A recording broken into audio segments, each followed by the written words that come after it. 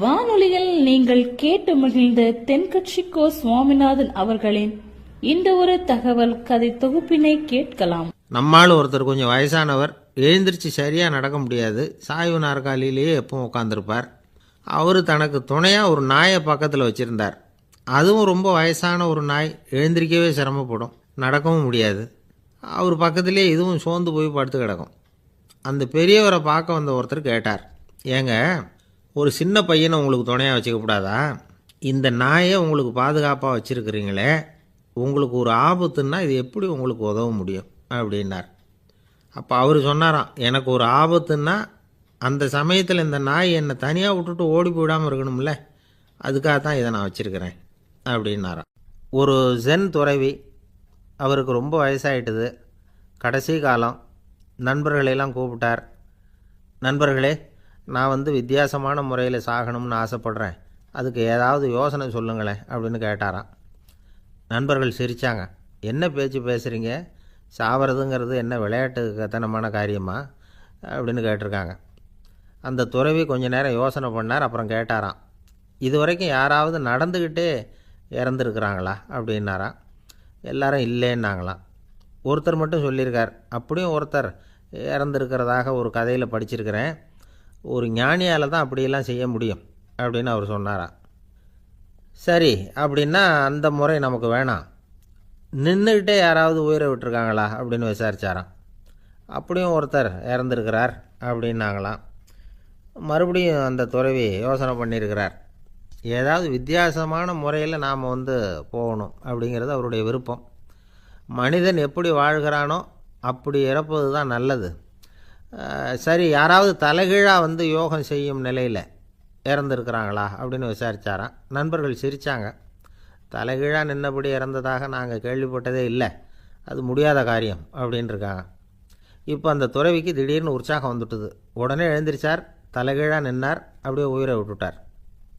அவ்வளோதான். அந்த மடாலயத்தில் ஒரே குழப்பம், எப்படி அவரை கீழே இறக்கி படுக்க வைக்கிறது அப்படின்னு புரியல. இப்படி உயிர் விடுறதை பற்றி அவங்க இது வரைக்கும் கேள்விப்பட்டதும் இல்லை. உண்மையிலேயே இவர் இறந்து தான் போனாராங்கிறதும் தெரியல. சோதித்து பார்த்தாங்க, இதய துடிப்பு, நாடி துடிப்பு எல்லாம் நின்று போயிருந்தது. இவர் எப்பவும் இப்படி தான், என்ன பண்ணுறது இப்போது அப்படின்னு சொல்லி எல்லோரும் குழம்பிக்கிட்டு இருக்கிற சமயத்தில் ஒரு பெரிய ஒரு யோசனை சொன்னார். இந்த துறவியோட மூத்த சகோதரி பக்கத்து மடாலயத்தில் இருக்கிறாங்க, அவங்கள இங்கே அழைச்சிட்டு வந்தால் ஏதாவது வழி கிடைக்கும் அப்படின்னார். அந்த அம்மாவுக்கு 90 வயசு. அழைச்சிட்டு வந்தாங்க. ஒரு குச்சியை ஊன்றிக்கிட்டு அப்படியே மெதுவாக நடந்து வந்தாங்க. தம்பி, தலைகீழாக நின்று உயிர் விட்டு இறக்கிறத பார்த்தாங்க. தம்பின்னு கூப்பிட்டு பார்த்தாங்க, ஒன்றும் காணும். உடனே என்ன பண்ணாங்க, தன்னுடைய கைத்தடியால் தம்பியோட உடலை ஒரு தட்டு தட்டினாங்க. ஏப்பா, சாகிறப்பவும் உன்னுடைய குறும்புத்தனத்தை விடலையா? இப்படியாடா சாகிறது, ஒழுங்காக செத்து தொலை அப்படின்னாங்களாம். அவ்வளவுதான். உடனே அந்த துறவி திரும்பி நேராக நின்னார். அக்கா, கோவப்படாத, நான் ஒழுங்காக சாகிறேன், எப்படி செத்தா என்ன, எல்லாம் எனக்கு ஒன்று தான் அப்படின்னு சொல்லிவிட்டு அப்படியே தரையில் படுத்து உயிரை விட்டாராம். அதுக்கப்புறம் அந்த அம்மா கோலை கையில் எடுத்துக்கிட்டு அப்படியே திரும்பி கூட பார்க்காம அவங்க பாட்டுக்கு போயிட்டாங்களாம். மரணத்தை ஒரு விளையாட்டாக ஆக்கிய அந்த துறவிக்கு வாழ்க்கையே ஒரு விளையாட்டாக தான் இருந்திருக்குது. எந்த நோக்கமும் இல்லாமல் செயல்படுறதுன்னா என்னங்கிறதும் அவருக்கு தெரிஞ்சிருக்குது. பயனை எதிர்பார்க்காமல் பணி செய்து வாழ்ந்து மறைந்த மகான் அவர். தம்முடைய தொழிலை விளையாட்டு போல் செய்ய தெரிஞ்சவருக்கு வாழ்க்கையே ஒரு விளையாட்டாக மாறிடும். எல்லாமே விளையாட்டாகி விடுகிற போது மரணமும் விளையாட்டாகிவிடும் அப்படிங்கிறது தான் அந்த தத்துவம். ஆனால் அதுக்கு முன்னாடி உங்களுக்குள்ளே இருக்கிற உண்மையான நடிகனை நீங்கள் அடையாளம் கண்டுபிடிக்கணும். நீங்கள் நடிக்க வேண்டியதே இல்லை, நீங்கள் ஏற்கனவே நடிச்சுக்கிட்டு தான் இருக்கிறீங்க. நீங்கள் இந்த உண்மையை தெரிஞ்சுக்கணும், அவ்வளவுதான். இதுதான் ஞானிகளுடைய கருத்து. நீங்கள் தெருவில் நடந்து போயிட்டுருக்கிறீங்க, எதிரில் வர்றவர் உங்களை பார்த்து எப்படி இருக்கிறீங்கன்னு கேட்குறார். நல்லா இருக்கிறேங்கிறீங்க. உண்மையிலேயே நாம் நல்லா இருக்க மாட்டோம், ஏதாவது உடம்புல கோளாறு இருக்கும். ஆனால் அப்படி சொல்லுவோம், நல்லா இருக்கிறேன் அப்படின்னு. அது நடிப்பு தானே. உங்களை சந்தித்ததில் ரொம்ப மகிழ்ச்சி அப்படின்னு சொல்கிறோம். உடனே கொஞ்சம் நிதானமாக யோசித்து பாருங்கள், உண்மையிலேயே உங்கள் மனசு மகிழ்ச்சி அடைஞ்சுட்டுதா? அது நடிப்பு தானே. வாழ்க்கையை சரியாக புரிஞ்சுக்கிட்டால் எல்லாமே நடிப்புங்கிறது புரியும். கல்யாண பத்திரிக்கை அனுப்பியிருந்தேனே, ஏன்டா வரலன்னு கேட்டான் ஒருத்தன். வந்திருந்தேனே அப்படின்னானா இவன். டேய், ஏன்டா போய் சொல்கிற, நான் பத்திரிக்கையே உனக்கு அனுப்பலையே அப்படின்ட்டுருக்கான் அவன். அதுக்கு இவன் சொன்னானா, பத்திரிக்கை அனுப்புனேன்னு நீ போய் சொல்கிறப்போ கல்யாணத்துக்கு வந்தேன்னு நான் போய் சொல்லக்கூடாதா அப்படின்னானா. ஒருத்தன் எப்படி நடந்துக்கிறாங்கிறத வச்சு தான் அந்த ஆள் எப்படிங்கிறத நாம் முடிவு பண்ணுறோம். ஆளுமைன்னு சொல்கிறோம்ல, அதுக்கு சூழ்நிலைகளை ஆளுகின்ற தன்மை அப்படின்னு விளக்கம் கொடுக்குறார் ஒரு உளவியல் நிபுணர். சரி, ஒரு மனிதனுடைய ஆளுமையை உருவாக்குகிற விஷயங்கள் என்னென்ன? பிறப்பு, வளர்க்கப்பட்ட விதம், படிப்பு, நண்பர்கள், சமுதாயம், இப்படி நிறைய உண்டு. ஆளுமையின் அடிப்படையில் சில மனநோய்கள் உண்டாகுது. அதெல்லாம் என்னென்னங்கிறத தெரிஞ்சு வச்சுக்கிட்டோம்னா நம்ம கூட இருக்கிறவங்கள அடையாளம் கண்டுபிடிக்கிறதுக்கு அது ரொம்ப உபயோகமாக இருக்கும். ஃப்ரெனாய்டு ஆளுமை அப்படின்னு ஒன்று. இந்த கோளாறு உள்ளவங்க எப்படி இருப்பாங்க தெரியுமா? அதிக உணர்ச்சி, சந்தேகம், பொறாமை இதெல்லாம் அதிகமாக இருக்கும். வளைஞ்சு கொடுக்க மாட்டாங்க. அடுத்தவங்களோட இணக்கமான உறவு இருக்காது. அவங்க செய்கிற தப்புக்கெல்லாம் அடுத்தவங்களை குறை சொல்லிகிட்டு இருப்பாங்க. இது ஒரு ரகம். அடுத்தது ஸ்கிசாய்டு ஆளுமை அப்படின்னு சொல்கிறாங்க. இந்த கோளாறு உள்ளவங்க அடுத்தவங்களோட பழக கூச்சப்படுவாங்க. சின்ன வயசுலேயே இது ஆரம்பமாயிடுது. பகல் கனவுலேயே சஞ்சரிப்பாங்க. அவங்களுடைய விரோதம், கோபம் இதை கூட வெளியில் காட்டிக்க முடியாமல் இருப்பாங்க. இவங்களுக்கு அகமுகம், பிரச்சனைகள்லேருந்து ஒதுங்கி எதுலேயும் ஈடுபாடு இல்லாதவங்களாக இருப்பாங்க. இப்படி ஒரு ரகம். அடுத்தது சைக்ளோதமிக் ஆளுமை அப்படின்னு சொல்கிறாங்க. அது என்னென்னா, உணர்ச்சிகளில் ஏற்றத்தாழ்வு அதிகமாக இருக்குமா. சில சமயம் பார்த்தா மகிழ்ச்சியாக இருப்பாங்க, சில சமயம் சோகமாக உட்காந்துருப்பாங்க. அவங்க மனநிலைக்கு தகுந்த மாதிரி சமூக நிகழ்ச்சிகளில் பங்கெடுத்துக்குவாங்க. இன்னொரு வகை என்னென்னா எண்ணப்பீடிகை ஆளுமை அப்படின்னு பேர் வச்சுருக்கிறாங்க. அதுக்கு இவங்களுக்கெல்லாம் கரெக்டாக இருக்கணும். எல்லாம் சட்டத்திட்டம் எதுலேயும் ஒரு ஒழுங்குமுறை, இப்படி எதிர்பார்க்குற மனோபாவம். இவங்க எதிர்பார்ப்புக்கும் வரன்முறைக்கும் மற்றவங்க கட்டுப்படணும்னு நினைப்பாங்க. இந்த நிலைமை நீடித்தா என்ன ஆகும் தெரியுமா? அலைக்கழிக்கிற எண்ணங்கள் திரும்ப திரும்ப ஒரே செயலை செய்ய தூண்டுற மன தளர்ச்சிக்கு ஆளாயிடுறாங்க. அடுத்தது ஹிஸ்டீரியா ஆளுமை. சின்ன விஷயத்தையெல்லாம் பெருசுப்படுத்தி நாடகமாக்குற நடிகர்கள் இவங்க. உணர்ச்சி அதிகம் உள்ளவங்க. இவங்க மன எழுச்சியில் பக்குவமின்மை, குழந்தைத்தனம், முதிர்ச்சியின்மை எல்லாம் இருக்கும். தன்னலம் மிக்க குணம். பிறர் தன்னை மட்டுமே கவனிக்கணும்னு நினச்சி செயல்படுறது, இதெல்லாம் இவங்க அடையாளம். அடுத்த ரகம் எப்படின்னா வளர்ச்சியற்ற ஆளுமைன்னு சொல்கிறாங்க. அடுத்தவங்களோட இணங்கி போக முடியாதவங்க. அறிவு, மன எழுச்சி, சமூக உறவு இதில் எல்லாம் போதுமான வளர்ச்சியையும் நிறைவையும் பெற முடியாதவங்க. இவங்களால் வாழ்க்கையில் முன்னேற முடியாது. பிச்சைக்காரங்க, குற்றவாளிகள், இவங்ககிட்டெல்லாம் இது மாதிரியான ஆளுமை அதிகமாக இருக்குமா. அடுத்தது என்னென்னா சோர்வுடைய ஆளுமை. எதுலேயும் உற்சாகம் இல்லாமல் சோர்ந்து போயிருப்பாங்க. அதுக்கெல்லாம் நமக்கு வலிமை இல்லைப்பா அப்படின்னு சொல்லிகிட்டு இருப்பாங்க. சின்ன விஷயங்களுக்கெல்லாம் அதிர்ச்சி அடையிறது. வாழ்வின் சுவையை அனுபவிக்க முடியாதவங்க. இன்னொரு ரகம் இது கொதித்தெழும் ஆளுமைங்கிறாங்க. எதுக்கு எடுத்தாலும் ஆத்திரம், குரோதம், வன் செயல் இதிலெல்லாம் ஈடுபாடு, இப்படி உள்ளவங்க. நத்தை வகை ஆளுமை அப்படின்னு ஒன்று. அடுத்தவங்க மேலே விரோதம் இருக்கும், அடிக்கணுங்கிற எண்ணம் இருக்கும். ஆனால் அதை அப்படியே வெளியில் காட்டாமல் அதே சமயம் அமைதியான முறையில் வெறுப்பை வெளிக்காட்டுற ரகம். இவங்கெல்லாம் பேசாமல் கம்முன்னு இருந்துக்கிட்டே நினச்சதை நிறைவேற்றிக்கிறவாங்க. முன்ஜாக்கிரதை ஆளுமை அப்படின்னு ஒரு ரகமாக.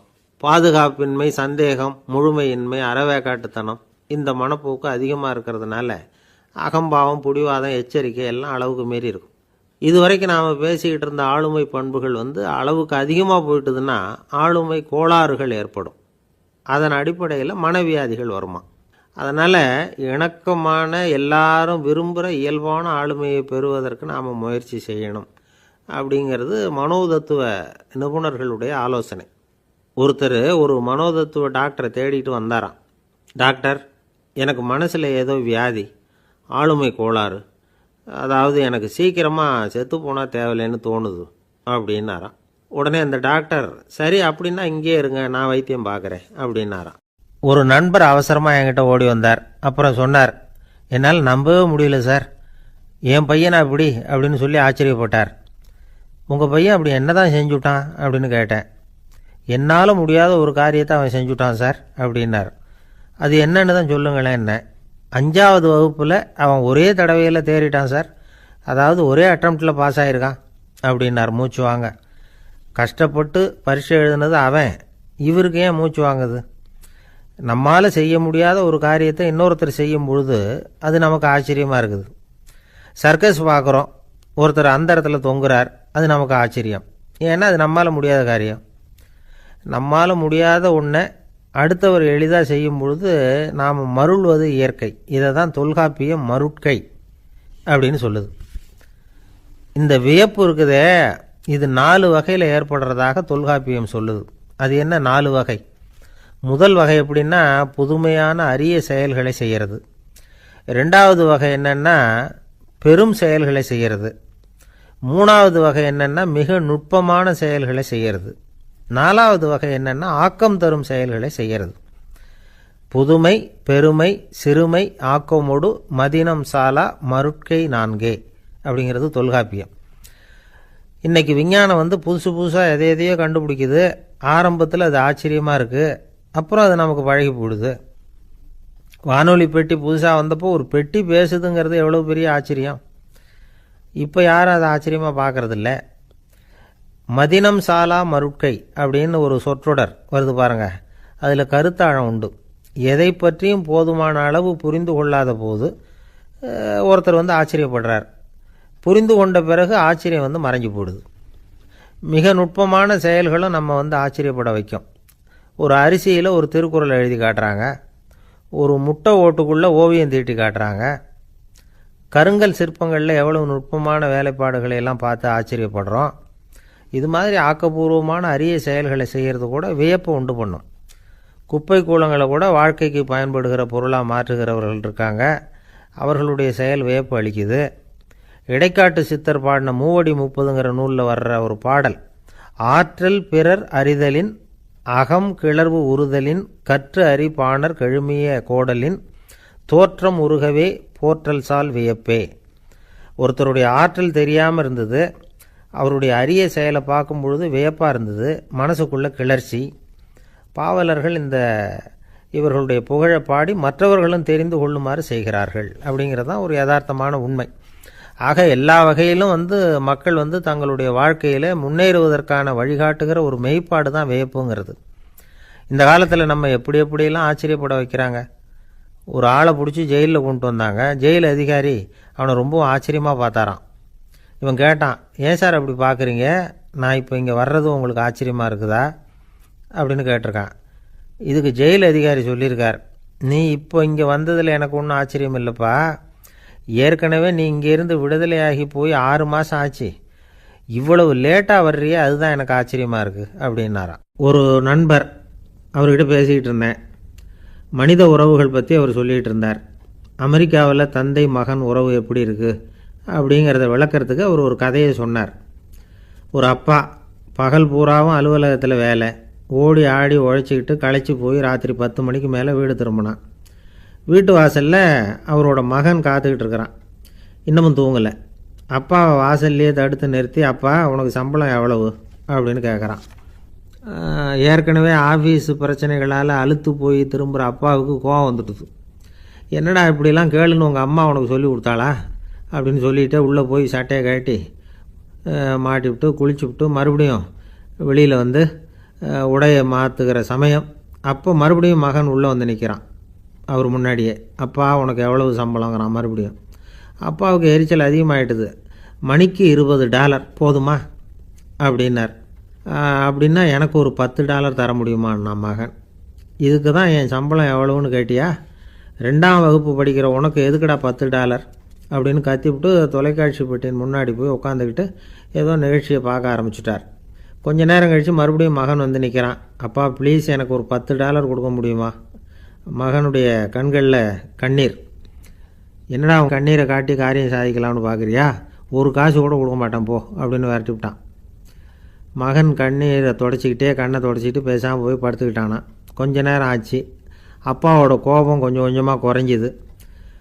பிள்ளைகிட்ட கோபமாக கத்துனது தப்பு தாங்கிறது புரிஞ்சுது அவனுக்கு. எழுந்திரிச்சு போனான், படுக்கை இறக்கி போனான். மகனை பார்த்தான். அவன் தலையணையை கட்டி பிடிச்சிக்கிட்டு அழுதுகிட்டு இருக்கிறான். அவனை மெல்ல நெருங்கி அவங்ககிட்ட எதமாக பேசுகிறதுக்கு ஆரம்பித்தானான். எதுக்குடா உனக்கு $10 பள்ளிக்கூடத்தில் கேட்டாங்களா அப்படின்னு கேட்டானான். மகன் சொல்லியிருக்கான், இல்லை டாடி, உனக்கு 1 மணி நேரம் சம்பளம் $20ன்னு சொன்னேன். நீ ஏற்கனவே எனக்கு கொடுத்த பாக்கெட் மணி $10 என்கிட்ட இருக்குது.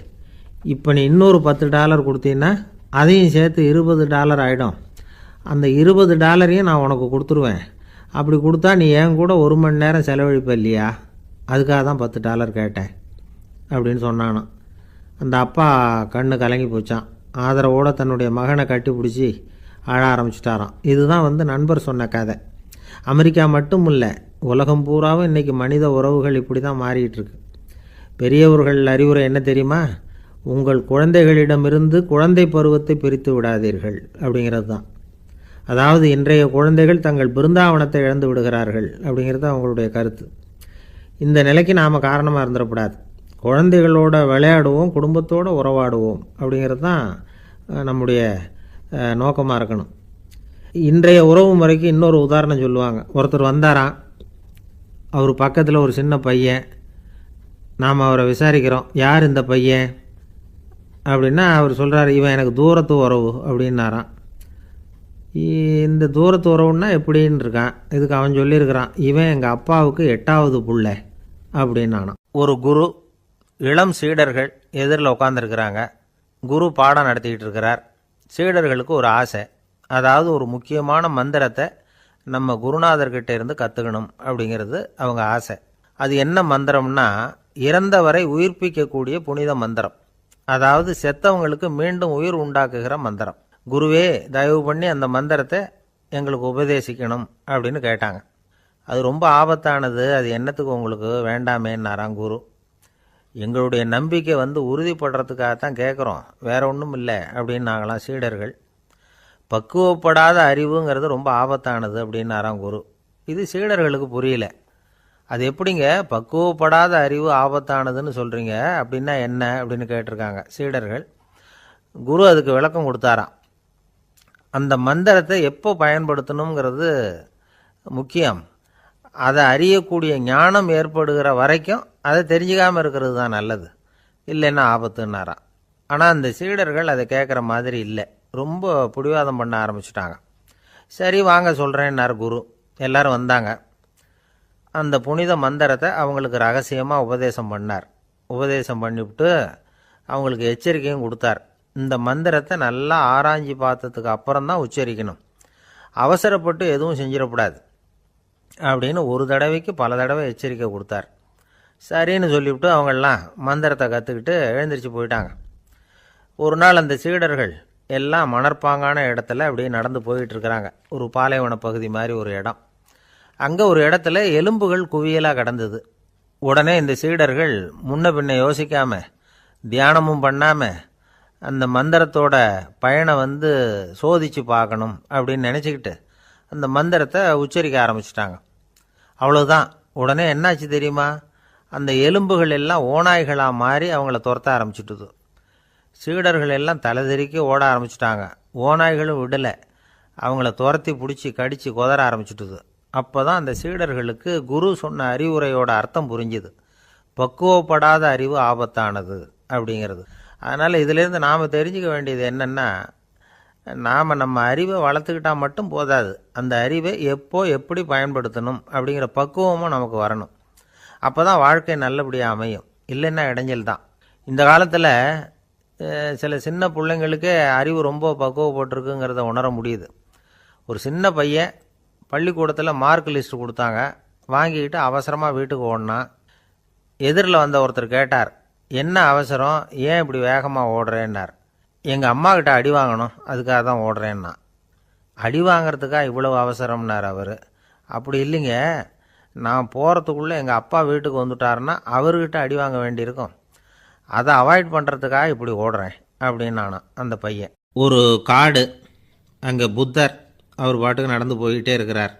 அவருக்கு பின்னாடி ஒரு குரங்கு, அதுவும் தொடர்ந்து வந்துக்கிட்டே இருக்குது. புத்தர் திரும்பி பார்த்தார். குரங்கு அப்படியே குதித்து உயர எழும்பி ஒரு கிளையில் போய் உக்காந்துது. ஏன் இப்படி பண்ணுறேன்னு கேட்டார் புத்தர். என்னை சாதாரணமாக நினைக்க வேணாம், நான் மகாமந்தி, என்னால் எல்லாம் முடியும், முடியாதுங்கிற வார்த்தையே என்னுடைய அகராதியில் கிடையாது, என்ன வேணும்னாலும் செய்வேன் அப்படின்னுது. அப்படின்னா ஒரு பந்தயம் வச்சுக்கலாமான்னார் இவர். ஓ வச்சுக்கலாமேன்னுது. வேற ஒன்றும் இல்லை, இப்போ நீ மேலே எழும்பி அந்த கிளையில் உட்காந்தது மாதிரி அங்கேருந்து தாவி என் உள்ளங்கையில் உட்காரணும், அவ்வளவுதான் அப்படின்னார். அப்படி உட்காந்துட்டா என்ன பரிசு அப்படின்னு கேட்டது அது. சொர்க்கத்தில் இருக்கிற மாமன்னன் மரகத சக்கரவர்த்தியை என்னோட இருக்கும்படியாக கூப்பிட்டுக்கிறேன். அந்த சமயத்தில் அவருடைய அரியணை அங்கே காலியாயிடும், நீ அதில் போய் உக்காந்துக்கலாம். பந்தயத்தில் தோத்துட்டா ஒரு கல்ப காலம் இந்த பூமியில் வாழ வேண்டியிருக்கும். அதுக்கு பிறகு தான் என்கிட்ட வர முடியும். என்ன சொல்கிற அப்படின்னார். குரங்குக்கு தாவறது ஒரு பெரிய காரியமா? இது எனக்கு ரொம்ப சாதாரண விஷயம். என்ன இப்போவே தாவட்டுமா அப்படின்னுது. சரின்னு சொல்லி உள்ளங்கையை நீட்டினார். அவருடைய கை தாமரை இலை அளவுக்கு அப்படியே விரிஞ்சுது. குரங்கு சௌகரியமாக வந்து உட்கார்றதுக்காக. குரங்கு தாவறதுக்கு தயாராச்சு. அதுக்கு முன்னாடி ஒரு சின்ன யோசனை அதுக்கு. இந்த கிளையிலேருந்து அந்த கைக்கு தாவறது எனக்கு ரொம்ப அற்பமான ஒரு வேலை. இது ரொம்ப சாதாரணம். என்னுடைய கௌரவத்துக்கு இது சரியாக இருக்காது. அதனால் நான் என்ன பண்ண போகிறேன்னா, இங்கேருந்து கிளையிலேருந்து அப்படியே உயர எழும்ப போகிறேன். எழும்பி மேல் உலகம் போய் அங்கே ஒரு சுற்றிவிட்டு அதுக்கப்புறம் அங்கேருந்து நேராக வந்து இந்த கையில் உட்கார போகிறேன் அப்படின்னு நினச்சிது. என்ன யோசிக்கிற அப்படின்னார் புத்தர். ஒன்றும் இல்லை, இந்த பாயிரம் பார் அப்படின்னு சொல்லி தாவி உயர போயிட்டுது. கொஞ்ச நேரத்தில் வான உலகத்துக்கே போய் சேர்ந்துட்டுது. அங்கே போய் பார்த்தா அங்கே ஒரு 5 பளிங்கு தூண்கள் இளம் சிவப்பு நிறத்தில் நின்றுக்கிட்டு இருக்குது. குரங்கு நினச்சிக்கிட்டது, புத்தர்கிட்ட போய் இந்த பளிங்கு தூண்களை பார்த்தோம்னு சொன்னால் அப்படியே திகைச்சு போயிடுவார். இந்த தூணில் ஏதாவது அடையாளம் செஞ்சுட்டு போகணும் அப்படின்னு அந்த இடத்துல மிதந்துக்கிட்டே நினச்சிது.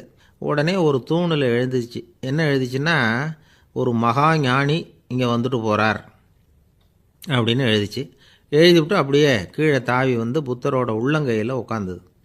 எப்படி பார்த்தீங்களா என்னுடைய வேலை? வான உலகத்துக்கே போய் அங்கே இருக்கிற 5 பளிங்கு தூண்களை பார்த்துட்டு அதில் நான் வந்த விவரத்தை எழுதி வச்சுட்டு அதுக்கப்புறம் இங்கே வந்திருக்கிறேன் அப்படின்னுது ரொம்ப பெருமையாக. அப்படியா அப்படின்னார் புத்தர். ஆமாம், சந்தேகமாக இருந்தால் வாங்க, அழைச்சிட்டு போய் காட்டுறேன் அப்படின்னுது அந்த குரங்கு. அதுக்கு தேவையில்லை, அப்படியே கொஞ்சம் கீழே குனிஞ்சு பார்த்து தெரியும் அப்படின்னார் புத்தர். அங்கே பார்த்தா புத்தரோட உள்ளங்கை தெரிஞ்சுது. நல்லா உத்து பார்த்துது. அவரோட ஒரு விரலில் அது எழுதிய வாசகம் தெரிஞ்சுது. குரங்கு யோசனை பண்ணிச்சு, அப்படின்னா வானத்தில் நான் பார்த்தது புத்தரோட விரல்களா அப்படின்னு யோசிச்சுது. இதை புரிஞ்சுக்கிட்ட உடனே அந்த குரங்கோட கர்வம் அழிஞ்சு போச்சான். நம்ம மனசு தான் இந்த குரங்கு. மனம்ங்கிறதும் ஆணவங்கிறதும் ஒரு நாணயத்தின் 2 பக்கங்கள். மனம் உள்ளவரை ஆணவமும் இருக்கும். மனம் அழிஞ்சாதான் ஆணவம் அழியும். மனம் அழிய வேண்டும் அப்படின்னு பெரியவங்க சொல்கிறது இந்த அர்த்தத்தில் தான். நம்ம ஆளுங்க சவால் விடுறதெல்லாம் வேறு மாதிரி. ஒருத்தன் ஒரு வாய்க்காலை தாண்டுறேன்னு பந்தயம் கட்டி தாண்ட முடியாமல் வாய்க்காலில் விழுந்து காலை உடச்சிக்கிட்டு கட்டு போட்டுக்கிட்டு வந்தான். ஏன்டா அப்படின்னு கேட்டாங்க. நான் பந்தயம் கட்டின நேரம் சரியில்லை அப்படின்னா. எப்படிறான்னு கேட்டிருக்காங்க. வாய்க்காலில் தண்ணி இருக்கிற நேரமாக பார்த்து பந்தயம் கட்டியிருக்கணும் அப்படின்னா. ஒருத்தர் வேகமாக நடந்து போகிறார். கடைத்தெருவில் ஒரு ஸ்வீட்டு கடையை பார்க்குறாரு. உடனே சடன் பிரேக் போட்டது மாதிரி நிற்கிறார். ஒரு ஸ்வீட் வாங்கி சாப்பிட்லாமேன்னு மனசு சொல்லுது. டாக்டர் வேணாம்னு சொல்லியிருக்கிறார், உடம்புக்கு ஒத்துக்காது, அதனால் அது வேணாம்னு சொல்லுது அறிவு. இவர் மனசு சொல்கிறத கேட்கல, அறிவு சொல்கிறபடி கேட்குறார். அதனால் மறுபடியும் வேகமாக அங்கேருந்து நடந்து போயிடுறார். அவர் நல்ல மனுஷன். மனுஷனுக்கு அறிவும் இருக்குது, உணர்ச்சியும் இருக்குது. எதுக்கு எடுத்தாலும் உணர்ச்சி வசப்பட்டுக்கிட்டு இருக்கக்கூடாது. அறிவு வசத்தில் நாம் இருக்கணும். அப்போ தான் நாம் நல்லபடியாக வாழ முடியும். இல்லைன்னா அவஸ்தை தான். மகாபாரதத்தில் சந்தனுன்னு சொல்லி ஒரு அரசன் வர்றான்.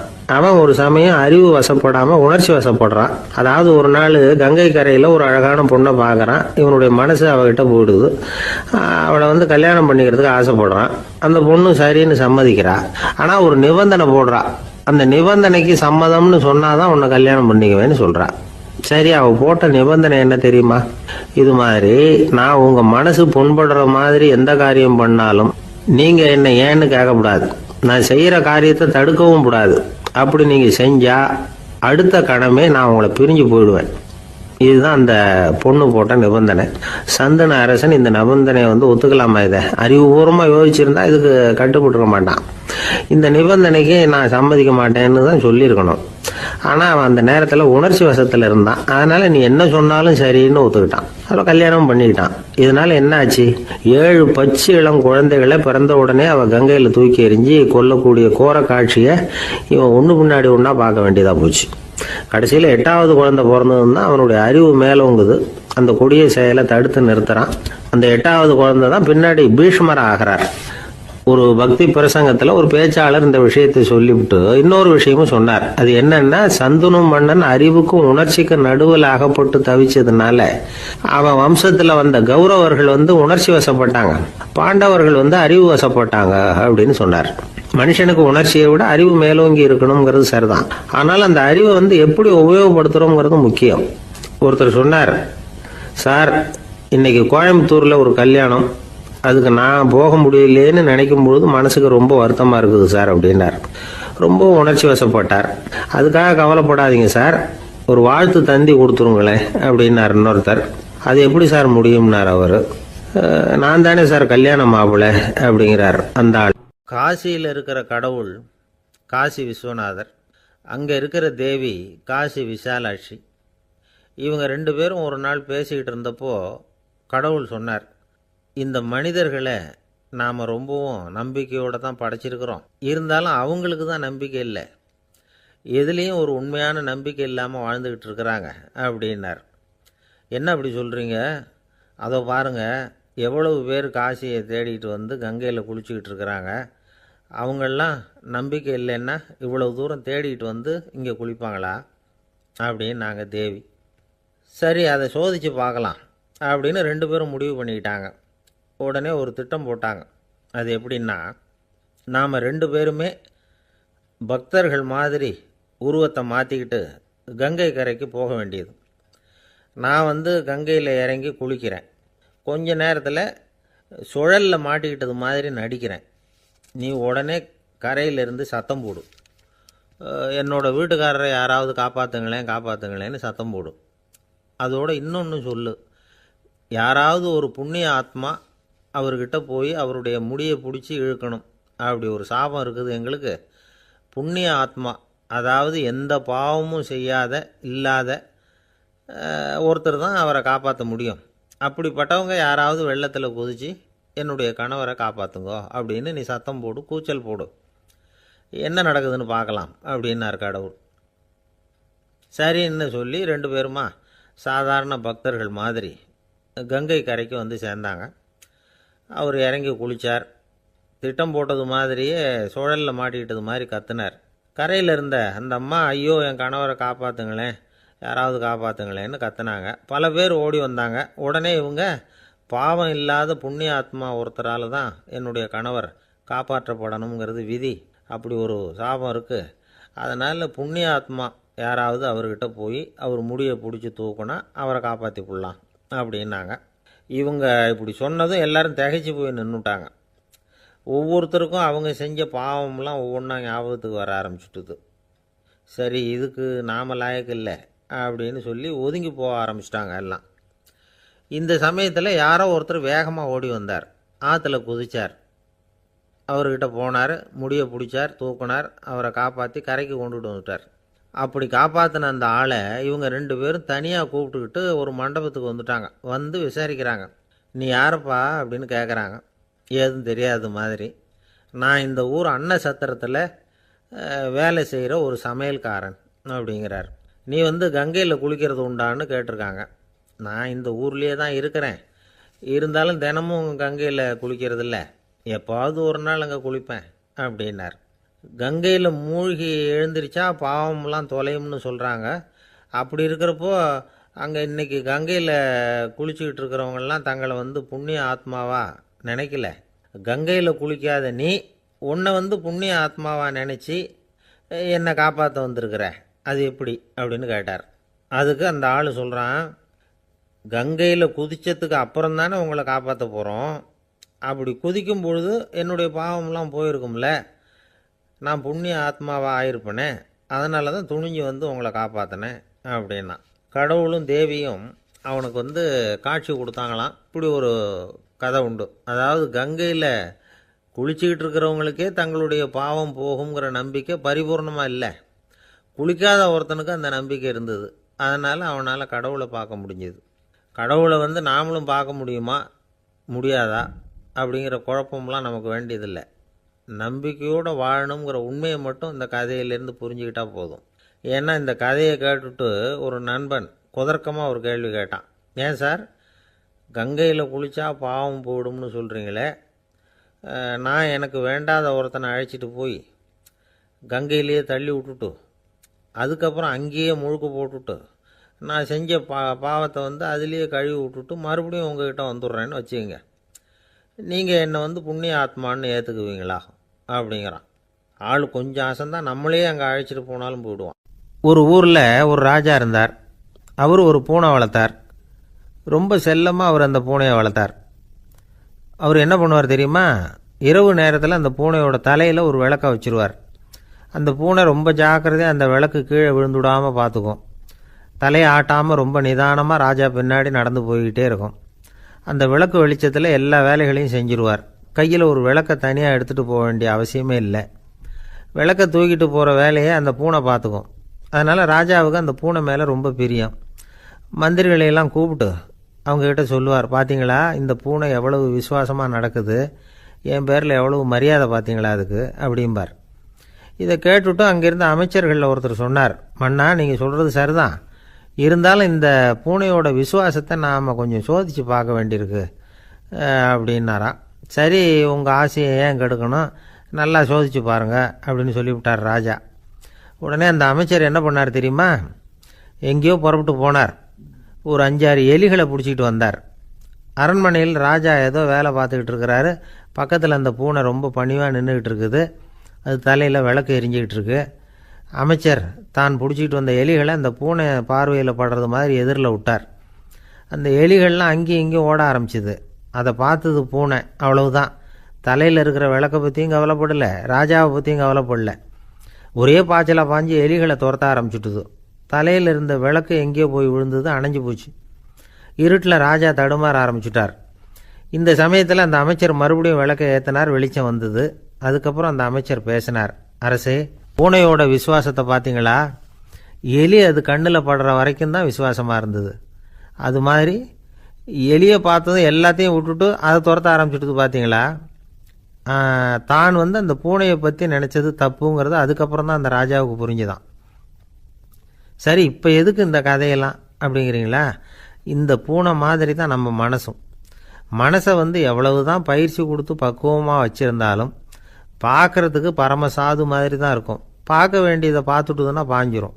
இந்த பூனை மாதிரி புலன் இன்ப பொருள்கள் கிட்டாத வரைக்கும் மனம் அடங்கி இருக்கிறது மாதிரி தான் தெரியும்.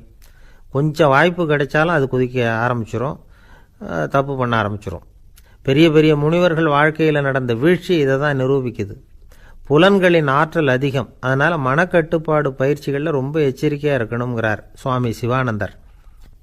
மது பழக்கத்தையே விட்டுவிட்டேன்னு உறுதியாக இருப்பான். கடை கண்ணில் பட்டுவிட்டுதுன்னா கால் அவனை கேட்காமலே இழுத்துக்கிட்டு உள்ளே போயிடும். இதுதான் மனசுங்கிறது.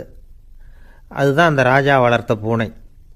நம்மால் ஒருத்தன் அந்த ராஜா பூனை தலையில் விளக்க வச்சது மாதிரி இவன் தன்னுடைய தலையிலேயே ஒரு விளக்கை ஏற்றி வச்சுக்கிட்டு என்னத்தையோ தேட ஆரம்பித்தான். தேடிக்கிட்டு இருக்கிறான். தலையை ஆட்டாமல் நிதானமாக நடந்து ரொம்ப நேரமாக தேடிகிட்டு இருக்கிறான். அந்த சமயம் அங்கே வந்த ஒருத்தர், என்னத்தை தேடுறீங்கன்னு கேட்டார். அதுதான் மறந்து போச்சு அப்படின்னு இழுத்தான். சரி, கொஞ்சம் இப்படி உட்காருங்க, ஞாபகம் வந்ததும் தேட ஆரம்பிக்கலாம் அப்படின்னார் அவர்.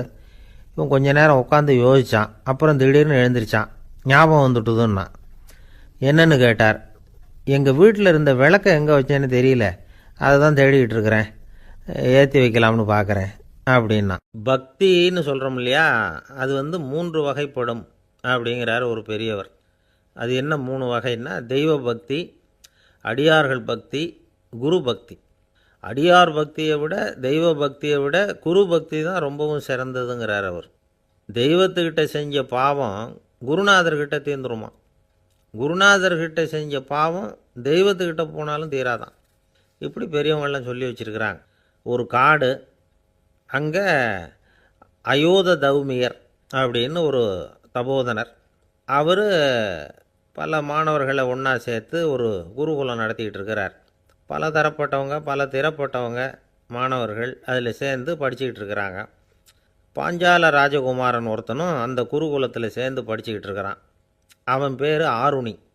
பெரிய இடத்து புள்ள, இருந்தாலும் படுப்பில் ரொம்ப கெட்டிக்காரனாக இருந்தான். அவன் தான் அங்கே முதல் மாணவன். ஒரு நாள் குருநாதர் அந்த அரசகுமாரனை கூப்பிட்டார். நம்ம குருகுலத்துக்கு சொந்தமான வயலில் தண்ணீர் பெருகி வெள்ளம் பயிரை அழிக்குதான், அதனால் நீ போய் மடையை அடைச்சிட்டு வந்துடும் அப்படின்னார். அந்த அரசகுமாரன் உடனே புறப்பட்டான். குருநாதர் சொல்லிட்டார்ல, உடனே புறப்பட்டான். நான் பெரிய இடத்து பிள்ளையாச்சே, ராஜகுமாரனாச்சே, ரொம்ப செல்வாக்கூட வளர்ந்தவனாச்சே, நான் போய் வயலில் இறங்கி வேலை செய்கிறதா அப்படின்னுலாம் அவன் நினைக்கல. குருநாதர் கட்டளையை நிறைவேற்ற வேண்டியது நம்ம கடமை அப்படின்னு நினச்சான். உடனே ஒரு மண்வெட்டியை தூக்கி தோளில் வச்சுக்கிட்டு புறப்பட்டு போயிட்டான். வயலுக்கு போனான்.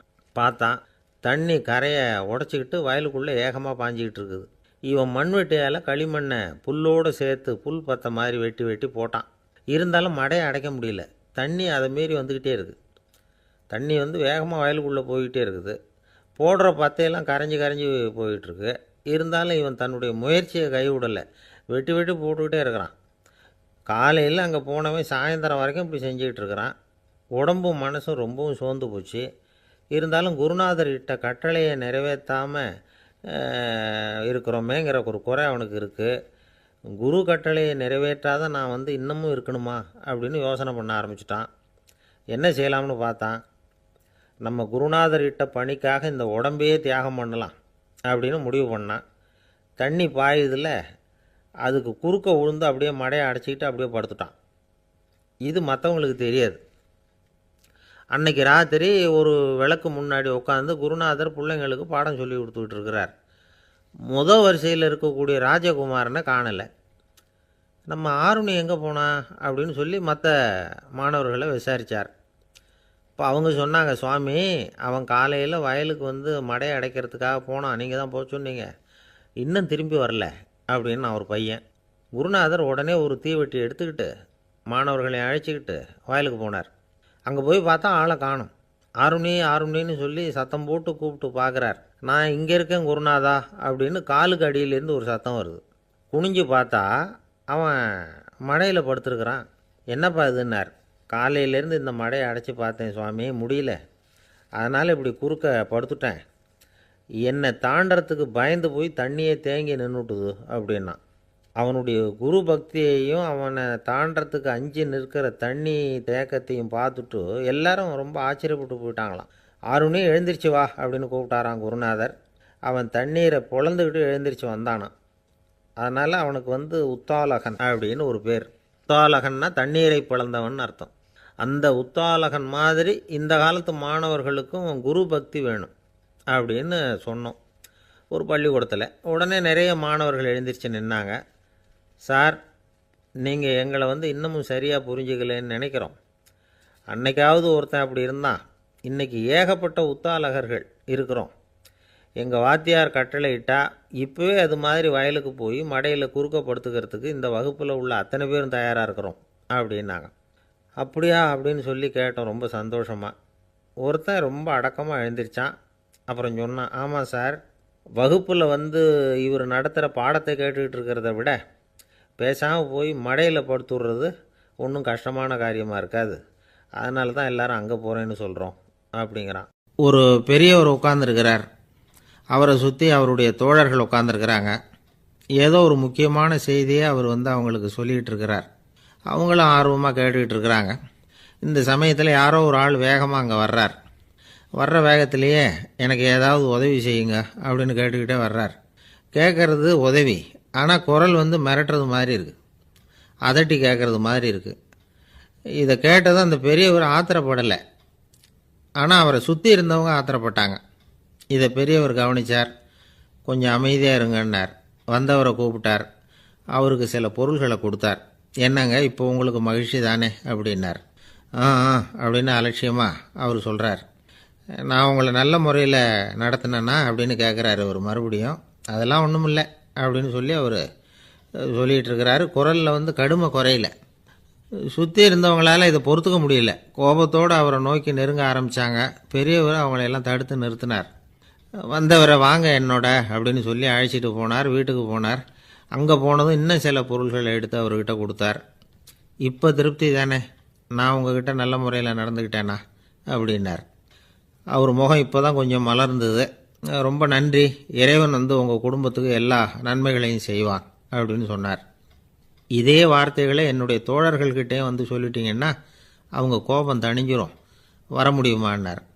கண்டிப்பாக வர்றேன் அப்படின்னாரு. மறுநாள் காலையில் அந்த இடத்துக்கு வந்தார். அதே மாதிரி சொல்லிவிட்டு அவர் போயிட்டார்.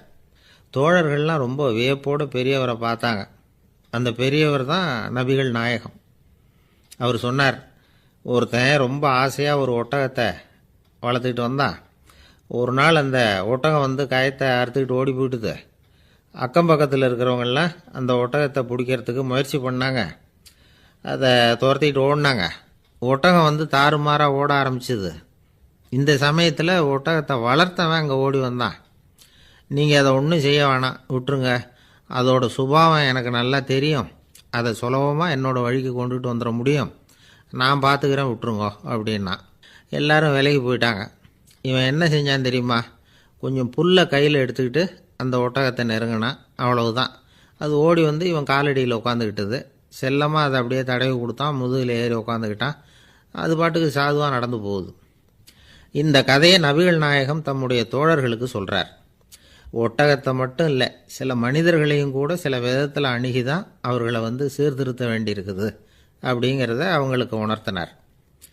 இது ஒரு அழகான உளவியல் அணுகுமுறை. சில குடும்ப தலைவர்கள் கூட இந்த ஒட்டகம் மாதிரி நடந்துக்கிறது உண்டு. அப்புறம் அடங்கி போகிறதும் உண்டு. ஒரு குடும்ப தலைவர் காலையில் எழுந்திரிச்சதுலேருந்து சத்தம் போட்டு கத்திக்கிட்டு இருப்பார். பக்கத்தில் இருந்தவங்கெல்லாம் ஓடி போய் சமாதானம் பண்ணி பார்த்தாங்க. அவர் ஓயறது மாதிரி தெரியல. கடைசியில் அவர் மனைவி வந்தாங்க.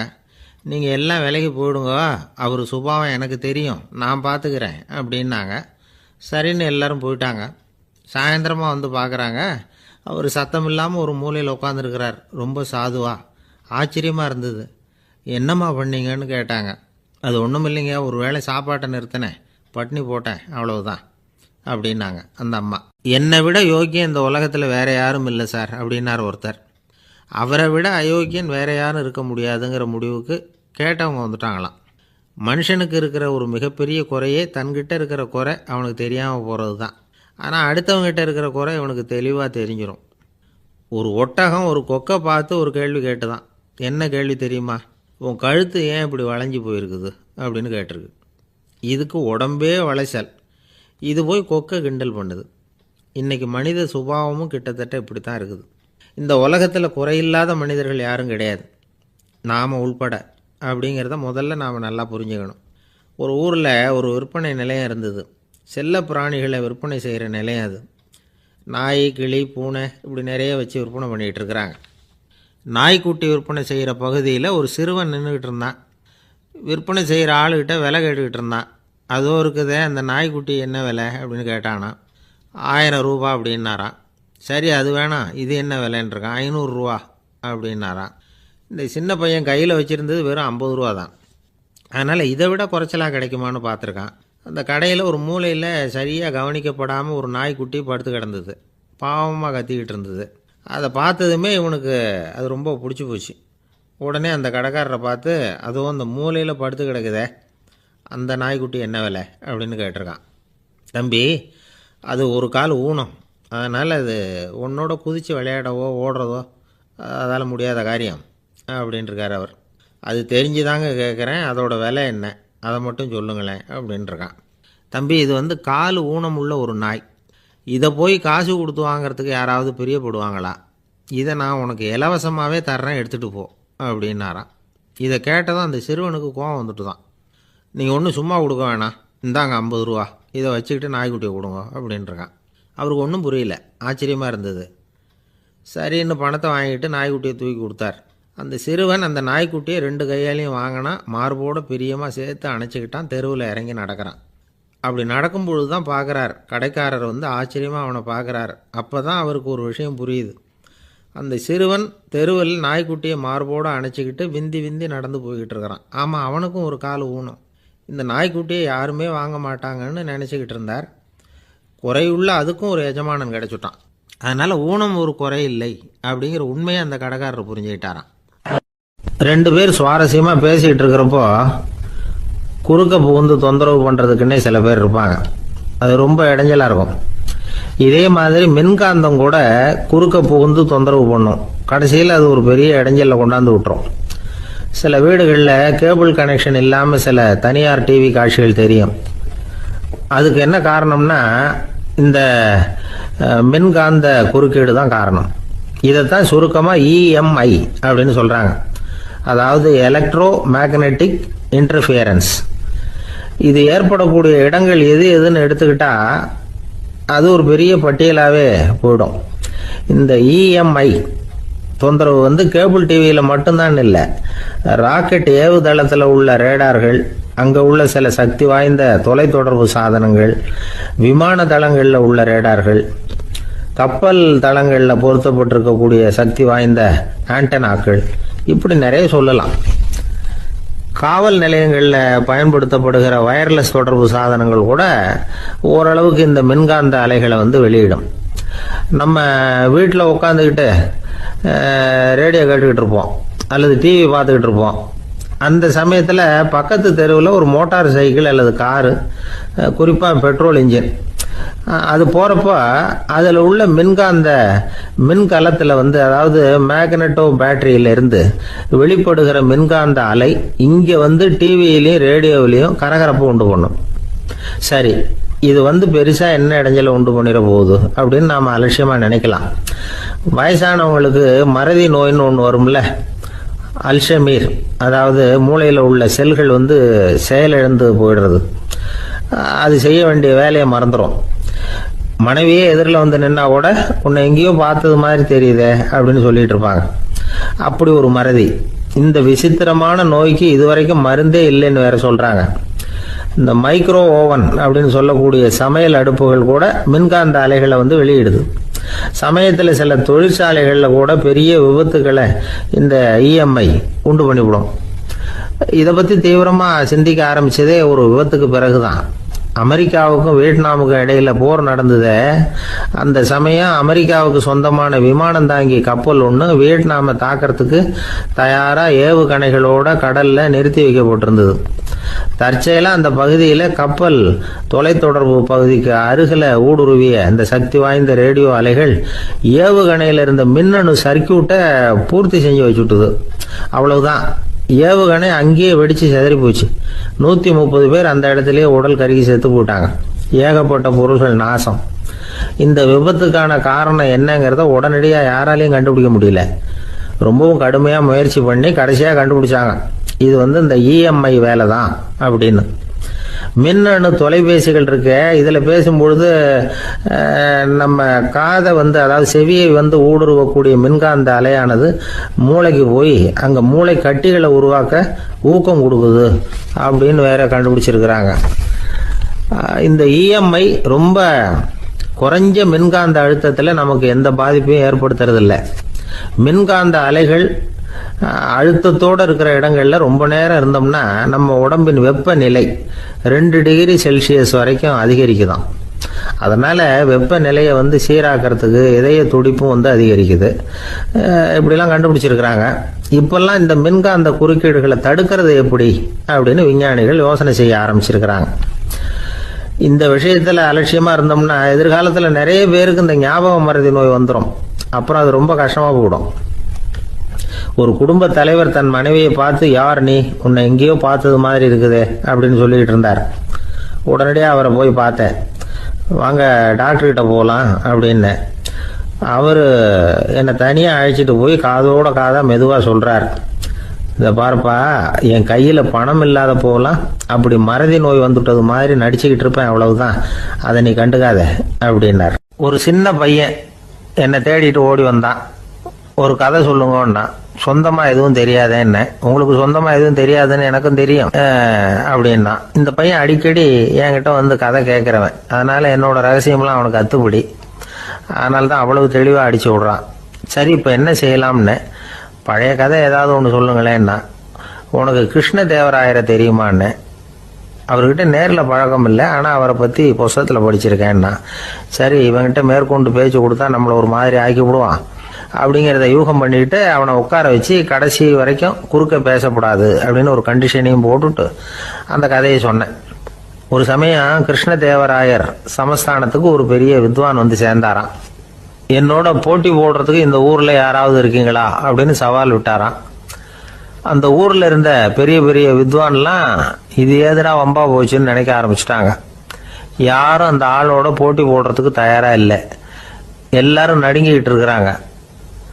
அந்த நேரத்தில் ஒருத்த மட்டும் தைரியமா முன்னுக்கு வந்தான். அது யாருன்னா தெனாலிராமன். அந்த சமஸ்தானத்தில் விகட கவி அவன். என்ன அனுப்புங்க போட்டிக்கு, நான் ஜெயிச்சு காட்டுறேன்னா. உனக்கு அவ்வளவு தைரியம் இருக்குதா அப்படின்னு கேட்டாங்க. தைரியம் மட்டும்தான் என்கிட்ட இருக்குது, ஆனால் தைரியம் இருந்தால் அதிர்ஷ்டம் தேடிட்டு வருங்கிறது எனக்கு தெரியும் அப்படின்னா. அடுத்த நாள் போட்டி ஆரம்பமாச்சு. அந்த பெரிய வித்வான் வந்து நின்னார். தென்னாலிராமன் எதிரில் வந்து நின்னா. அந்த வித்வான் ஒரு விரலை காட்டினார். தென்னாலிராமன் பதிலுக்கு 2 விரலை காட்டினான். வித்வான் 3 விரலை காட்டினார். இவன் உடனே 4 விரலை காட்டினான். உடனே 5 விரலை காட்டினார் அவர். தென்னாலிராமன் உடனே தன்னுடைய கை முஷ்டியை காட்டினான், கையை மூடி காட்டினான். அவ்வளோதான். அந்த பெரிய வித்வான் கிருஷ்ணதேவராயர் காலில் விழுந்தார். நான் தோத்துட்டேன், என் தோல்வியை ஒத்துக்கிறேன் அப்படின்னு சொல்லிவிட்டார். கிருஷ்ணதேவராயர் அவரை தனியாக அழைச்சிட்டு போய் என்ன நடந்ததுன்னு விசாரித்தார். அந்த வித்வான் விளக்கம் கொடுத்தார். ஆண்டவன் ஒருவன் தான் உண்டுங்கிறத விளக்கறதுக்காக நான் ஒரு விரலை காட்டினேன். அப்படி இல்லை, சக்தியை சேர்த்தா சக்தி சிவன் 2 பேர் உண்டுன்னு உங்கள் வித்வான் 2 விரலை காட்டினார். மூர்த்திகள் 3 பேருங்கிறதுக்காக நான் 3 விரலை காட்டினேன். வேதங்கள் 4ன்னு சொல்லி ஒரு 4 விரலை காட்டினார். பஞ்சபூதங்கள் 5ன்னு நான் 5 விரலை காட்டினேன். அதையெல்லாம் அடக்கி ஆளணும்னு சொல்லி அவர் கையை மூடி உறுதியாக காட்டினார். அடடா, உங்கள் வித்வானுக்கு எப்பேற்பட்ட அறிவு! அவர் தான் ஜெயிச்சார், நான் தோத்துட்டேன் அப்படின்னார் அவர். அப்படி சொல்லிவிட்டு அவர் போயிட்டார். அதுக்கப்புறம் தெனாலிராமனை கூப்பிட்டு என்னப்பா நடந்தது அப்படின்னு கேட்டாராம். அதுக்கு தெனாலிராமன் விளக்கம் கொடுத்துருக்குறான். அவன் முதல்ல என்னை கொன்னுடுவேன்னு அந்த வித்வான் ஒரு விரலை காட்டினான். உடனே ஒரு 2 கண்ணையும் தோண்டி போடுவேங்கிறதுக்காக நான் 2 விரலை காட்டினேன். உனக்கு நாமம் போட்டுருவேன்னு சொல்லி 3 விரலை காட்டினான். அதை அழிச்சிருவேன்னு 4 விரலை காட்டினேன். உன்னை அரைஞ்சிருவேன்னு அவன் 5 விரலை காட்டினான். நான் உங்களை குத்தி போடுவேன்னு சொல்லி கையை மூடி காட்டினேன் அப்படின்னா. இப்போ பாருங்க, ஜெயிச்சது யார்? தைரியம் மட்டும் இருந்துட்டா அதிர்ஷ்டம் தானா தேடி வருங்கிறது எவ்வளவு உண்மையாக போச்சு. அதனால நாம் எப்பவும் தைரியமாக இருக்கணும்னு சொல்லிவிட்டு என் எதிரில் கதை கேட்டுட்டு உட்காந்துருந்த சின்ன பையனை பார்த்தேன். அவன் என்னை நிமிர்ந்து பார்த்தான். அவன் தன்னோட கை கால் 2ஐயும் ஒரு மாதிரியாக என் முன்னால் தூக்கி 20 விரலை காட்டினான். எனக்கு ஒன்றும் புரியல. இதுக்கு என்னப்பா அர்த்தம்னு கேட்டேன். இதே கதையை இதுக்கு முன்னாடி என்கிட்ட 20 தடவை நீங்கள் சொல்லியிருக்கீங்கன்னு அர்த்தம் அப்படின்னா. நம்மக்கிட்ட ஒருத்தன் தப்பாக நடந்துக்கிட்டானா உடனே நாம் என்ன செய்வோம்? கையை ஓங்கிட்டு அவனை அடிக்க போவோம். நாம் அவங்ககிட்ட அவனை விட ஒருபடி மேலாக தப்பாக நடந்துக்குவோம். ஆனால் பெரியவங்கள்லாம் அப்படி நடந்துக்கிறது இல்லை. இன்னா செய்தாரை ஒருத்தல் அவர் நாண நன்னயம் செய்து விடல் அப்படின்னு வள்ளுவர் சொல்லியிருக்கார் இல்லையா? அதுக்கு தகுந்த மாதிரி நடந்துக்குவாங்க. பாயசித் விஸ்தாமிங்கிறவர் ஒரு பெரிய ஞானி. அவர் ஒரு நாள் ராத்திரி ரொம்ப நேரம் மசூதியில் இருந்துட்டு வீட்டுக்கு திரும்பி வந்துகிட்டு இருக்கிறார். வழியில் ஒரு குடிகாரன், அவன் கையில் ஒரு இசைக்கருவி, அதை கண்ணா பின்னான்னு மீட்டிக்கிட்டு வாய்க்கு வந்தபடி என்னத்தையோ பாட்டுன்னு நினச்சிக்கிட்டு பாடிக்கிட்டு அவன் பாட்டுக்கு கிடக்கிறான் வழியில். அதோடு இருந்தாலும் பரவாயில்ல, அந்த பக்கமாக வழியில் போகிறவங்க வர்றவங்களையெல்லாம் பார்த்து கண்ணா பின்னான்னு திட்டிக்கிட்டு இருக்கிறான், ரொம்ப வளர்க்குறான். பாயசித் பிஸ்தாமிங்கிற அந்த பெரியவர் அந்த வழியாக போகிறார். அவனை பார்க்குறார். அவனுடைய நிலைமையை பார்த்துட்டு பரிதாபப்படுறார். ஏன்பா இது மாதிரியெல்லாம் நடந்துக்கிற, இப்படி நடக்கலாமா அப்படின்னு ஏதோ கொஞ்சம் புத்திமதி சொல்கிறதுக்கு ஆரம்பித்தார். அவனுக்கு கோபம் வந்துட்டுது. கையில் வச்சிருந்த வாத்திய கருவி அதால் ஓங்கி அந்த பெரியவர் தலையில் ஒரு அடி கொடுத்தான். ரத்த காயம் ஏற்பட்டு போச்சு. அவன் கையில் இருந்த இசை கருவியும் அடித்த வேகத்தில் 2ஆ உடஞ்சி போச்சு. அவ்வளோ வேகமாக அடிச்சிருக்கான். இவ்வளவு தூரத்துக்கு நடந்து போச்சுல்ல, அந்த மாபெரும் ஞானி வாயை திறந்து ஒரு வார்த்தை கூட பேசலை. பேசாமல் தலையை பிடிச்சிக்கிட்டு அவர் பாட்டுக்கு போயிட்டார். மறுநாள் அந்த பெரியவர் என்ன பண்ணார் தெரியுமா? கொஞ்சம் இனிப்பு பண்டங்கள், கொஞ்சம் பணம், இது 2ஐயும் ஒரு ஆள் மூலமாக அனுப்பி வச்சார் அந்த குடிகாரனுக்கு. அவனுக்கு ஒன்றும் புரியல. என்ன விவரம்னு விசாரித்தான். வந்த ஆள் ஒரு கடுதாசியை நீட்டினான். அதில் விவரம் இருந்தது. ஞானி எழுதியிருக்கிறார், இதை பார்ப்பா, உங்களுடைய இசைக்கருவி உடையறதுக்கு என்னுடைய தலை காரணமாக ஆயிட்டுது. அதுக்காக நான் ரொம்ப வருத்தப்படுறேன். அதுக்காக தான் பணம் அனுப்பி வச்சுருக்கேன். வேறு புதுசாக ஒரு இசைக்கருவி வாங்கிக்கோ. அப்புறம் இன்னொரு விஷயம், நேற்றுக்கு ராத்திரி என்கிட்ட ஏகப்பட்ட கசப்பான வார்த்தைகளை வந்து பேசினேன். இதோட அனுப்பியிருக்கிற இனிப்பு பண்டங்களை சாப்பிட்டு உன்னுடைய நாவில் உள்ள கசப்பை மாற்றிக்கோ அப்படின்னு அதில் எழுதப்பட்டிருந்தது. இந்த சமயத்தில் அவன் வந்து குடி மயக்கத்தில் இல்லை, தெளிஞ்சு போயிருந்த நேரம் இது. அதனால் அதை படித்த உடனே அவனுக்கு ரொம்ப வெக்கமாக போச்சு. தலை குனிஞ்சான், யோசனை பண்ணான். கொஞ்ச நேரத்தில் தன்னுடைய நண்பர்கள் சில பேரையும் கூப்பிட்டுக்கிட்டு நேராக அந்த ஞானி இருக்கிற இடத்துக்கு ஓடினான். அவர் காலில் விழுந்தான். அவர்கிட்ட மன்னிப்பு கேட்டுக்கிட்டான். பெரியவங்களே தெரியாமல் வந்து நான் இந்த பாவ செயலை பண்ணிவிட்டேன், என்னை மன்னிச்சுங்க. உங்களுடைய பொறுமையும் போதனையும் என்னுடைய கண்ணை திறந்துட்டுது. இனிமேல் நானும் என்னுடைய நண்பர்களும் நல்ல வழியில் திருந்தி வாழ போகிறோம் அப்படின்னா. ஞானி செய்த நன்னயம் குடிகாரனை எப்படி திருத்திருக்கு பார்த்தீங்களா? இந்த கதையை கேட்டுவிட்டு ஒருத்தர் சொன்னார், என் வாழ்க்கையில் கூட அப்படி ஒரு சம்பவம் நடந்தது சார். நானும் ஒரு நாள் ராத்திரி ஓவராக குடிச்சிட்டு ஒரு கிட்டாரை வாசிச்சுக்கிட்டு கண்ணாபின்னான்னு உளறிக்கிட்டு திட்டிக்கிட்டு இருந்தேன். அந்த சமயம் அந்த வழியாக ஒருத்தர் வந்தார். ஓங்கி தலையில் ஒரே ஒரு அடி, ரத்தம் வந்துட்டுது. அதுக்கப்புறம் என் மனசு தெரிந்துட்டுது சார் அப்படின்னார். அப்படியா என்ன ஆச்சரியமா? ஆமாம் சார், அடி விழுந்தது அவர் தலையில் இல்லை, என் தலையில். வந்தவர் என்ன அப்படி அடிச்சுட்டார். மயக்கம் தெளிஞ்சதுக்கு அப்புறம் தான் எனக்கு விவரம் புரிஞ்சுது. அவர் ஒரு போலீஸ்காரர் அப்படின்னார் ரொம்ப சோகமா. இந்த காலத்து புள்ள ஒருத்தன் தன்னோட அப்பாவை பார்த்து சொன்னான், அப்பா நான் உனக்கு உதவி செய்யலாம்னு நினைக்கிறேன், என்ன உதவி செய்யணும்னு சொல்லு அப்படின்னா. நீ சும்மா இருந்தா அதுவே எனக்கு செய்கிற பெரிய உதவிடா அப்படின்னார் அப்பா. சும்மா இருக்கிறதும் ஒரு உதவி தான், அது மாதிரி மௌனமும் ஒரு சமூக சேவை தான் அப்படிங்கிறார் காஞ்சி பெரியவர். நமக்கு 5 புலன்கள் இருக்குது, மெய் வாய் கண் மூக்கு செவி. இந்த 5லேயும் அதிகப்படியான வேலை எதுக்குன்னு நினைக்கிறீங்க? வாய்க்கு தான். ஏன்னா அதுக்கு 2 வேலை. இப்போ கண்ணுக்கு பார்க்குறது மட்டும்தான் வேலை, காதுக்கு கேட்கறது மட்டும்தான் வேலை, மூக்குக்கு வாசனை அறியறது தான் வேலை, உடம்புக்கு உணர்றது மட்டும்தான் வேலை. ஆனால் வாய் அப்படி இல்லை, அதுக்கு 2 வேலை. சாப்பிட்றதும் அதுதான், பேசுகிறதும் அதுதான். அதாவது வாய் ஒன்று தான் கர்மேந்திரியமாகவும் இருக்குது, ஞானேந்திரியமாகவும் இருக்குது அப்படின்னு சொல்லுவாங்க. சாப்பாட்டில் உட்காந்தா எந்தெந்த ஆகாரம் என்னென்ன ருசின்னு அறிவிக்கிற வேலையும் செய்யுது. சபையில் உட்காந்தா பாடுறது, பேசுறது, சிரிக்கிறது, இது மாதிரியான வேலையும் செய்யுது. இன்னொரு வித்தியாசம், கண்ணு காது மூக்கெல்லாம் ஸ்ட்ரெயின் பண்ணிக்கிட்டு வேலை செய்கிறதில்ல. ஒரு ரோஜா பூ பார்த்தா உடனே மூக்கு அப்படியும் இப்படியும் அசைய ஆரம்பிக்கிறதில்ல. ஒரு சங்கீதத்தை கேட்ட உடனே காது ஆட ஆரம்பிக்காது. ஆனால் வாய் அப்படி இல்லை, அது பேசினாலும் சரி சாப்பிட்டாலும் சரி அசைஞ்சு தான் ஆகணும். ஆக மற்றதை விட வாய்க்கு வேலை ஜாஸ்தின்னு தெரியுது. சாப்பிட்றது பேசுறது அப்படின்னு 2 காரியம் அதுக்கு. இப்படி 2 காரியம் இருக்கிறதுனால அது 2ஐயும் பாதியாக குறைச்சிக்கணுங்கிறது கடவுள் அபிப்பிராயமாக இருக்கணும் அப்படிங்கிறார் காஞ்சி பெரியவர். ஆனால் இப்போ நாம் அப்படியா நடந்துக்கிறோம்? அதுக்கு நேர்மாறாக நடந்துக்கிறோம். நாம் சாப்பிட்றதும் அதிகம், பேசுகிறதும் அதிகம், 2 வேலையையும் தேவைக்கு அதிகமாகவே செய்கிறோம். வாய் தான் ரொம்ப ஓவர் ஒர்க்குடு. அதுக்கு ஓய்வு கொடுத்தா உடம்பும் நல்லாயிருக்கும், உலகமும் நல்லாயிருக்கும். மௌன விரதம் இருக்கிறதெல்லாம் எதுக்காக நினைக்கிறீங்க? இதுக்காக தான். இந்த காலத்தில் மௌனமாக இருக்கிறவங்கெல்லாம் மகத்தான தொண்டு செய்கிறாங்க அப்படின்னு தான் சொல்லணும்.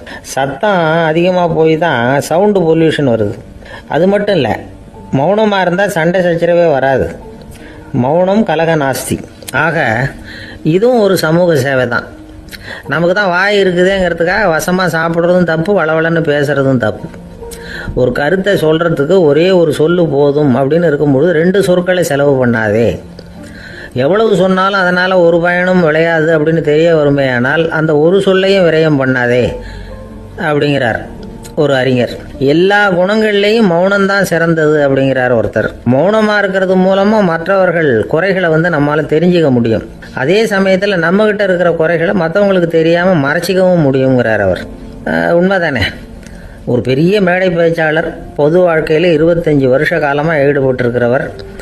அவர் மனைவி ஒரு நாள் சொன்னாங்க, எங்கள் வீட்டுக்காரர் 25 வருஷ காலமாக பொது வாழ்வில் ஈடுபட்டிருந்தா கூட இந்த மாதம் 10ஆம் தேதியிலேருந்து தான் மக்களுக்கு சேவை செய்ய ஆரம்பிச்சிருக்கார் அப்படின்னு நாங்கள் ரொம்ப பெருமையாக. 10ஆம் தேதிக்கு அப்படி என்ன விசேஷம் அப்படின்னு கேட்டோம். அன்னையிலேருந்து தான் அவர் மேடையில் பேசுகிறத நிறுத்தினார் அப்படின்னாங்க அந்த அம்மா. கணவன் மனைவி அன்பாக இருக்கணும், ஒருத்தர் நல்லா புரிஞ்சுக்கணும், விட்டு கொடுக்குற மனப்பான்மை வேணும். அதுதான் ஒரு நல்ல குடும்பம். இன்றைக்கி பல குடும்பங்களில் அர்த்தமில்லாத சண்டைகள் தான் அதிகம்.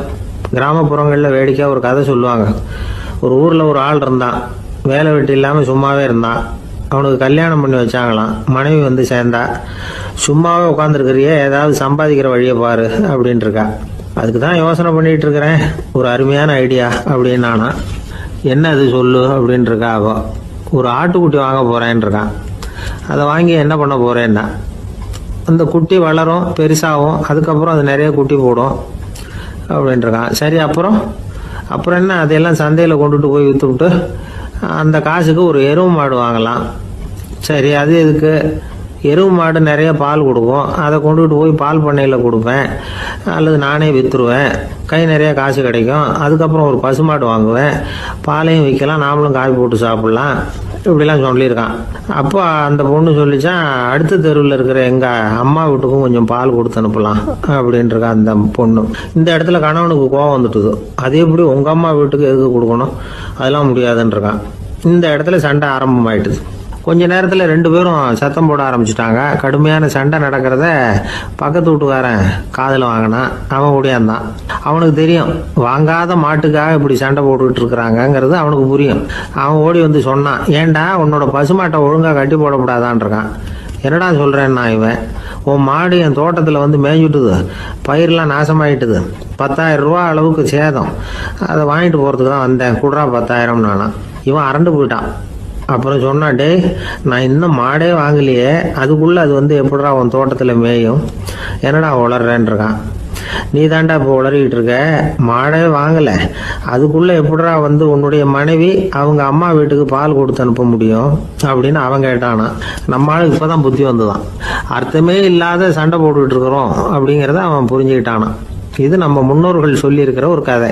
சண்டையில் தான் அர்த்தம் இல்லையே தவிர கதையில் அர்த்தம் உண்டு. அதாவது இல்லாத விஷயங்களுக்காக சண்டை போட்டுக்கிட்டு இல்லறத்தை வீணாக்கிக்கிட்டு இருக்கிற மனிதர்கள் இன்றைக்கு நிறைய பேர் இருக்கிறாங்க. ஒருத்தன் தன்னுடைய மனைவியை பற்றி மாமனார்கிட்ட புகார் சொன்னானா, மாமா உங்கள் பொண்ணு அர்த்தமில்லாத சண்டை போடுறா, எதுக்கு எடுத்தாலும் எடுத்து எறிஞ்சு பேசுகிறா அப்படின்ட்டுருக்கான். நீ எப்படி மாப்பிள்ளை அதை சமாளிக்கிற அப்படின்னு கேட்டிருக்காரு அவரு. அவள் எடுத்து எறியறது என் மேலே படாமல் ஒதுங்கி நின்றுக்கிறேன் அப்படின்னு நானா இவன். இருட்ட கண்டா பயம் உண்டாவதே அது ஏன், இப்படி ஒரு கேள்வியை ஒரு பெரியவர்கிட்ட கேட்டாங்க. அதுக்கு அவர் பதில் சொல்றார், மனிதனுடைய ஆதிகால வாழ்க்கையில தொற்றிக்கொண்ட பயம் இது வந்து வேரூன்றி இருக்குது, இன்னமும் போகல. 50,000 வருஷங்களுக்கு முன்னாடி மனுஷன் வந்து குகைகள்ல வாழ்ந்தான். பகல்ல பயம் இருக்காது, ராத்திரியில மிருகங்கள் தாக்கும் கொல்லும், நிம்மதியா தூங்க கூட முடியாது. அதனால இந்த மனுஷனுக்கு இரவுன்னா மரணம் பயம் அப்படின்னு பழகி போச்சு. மனிதர்களுடைய எல்லா மனசையும் சேர்த்து மொத்தமா ஒரு மனசு உண்டு.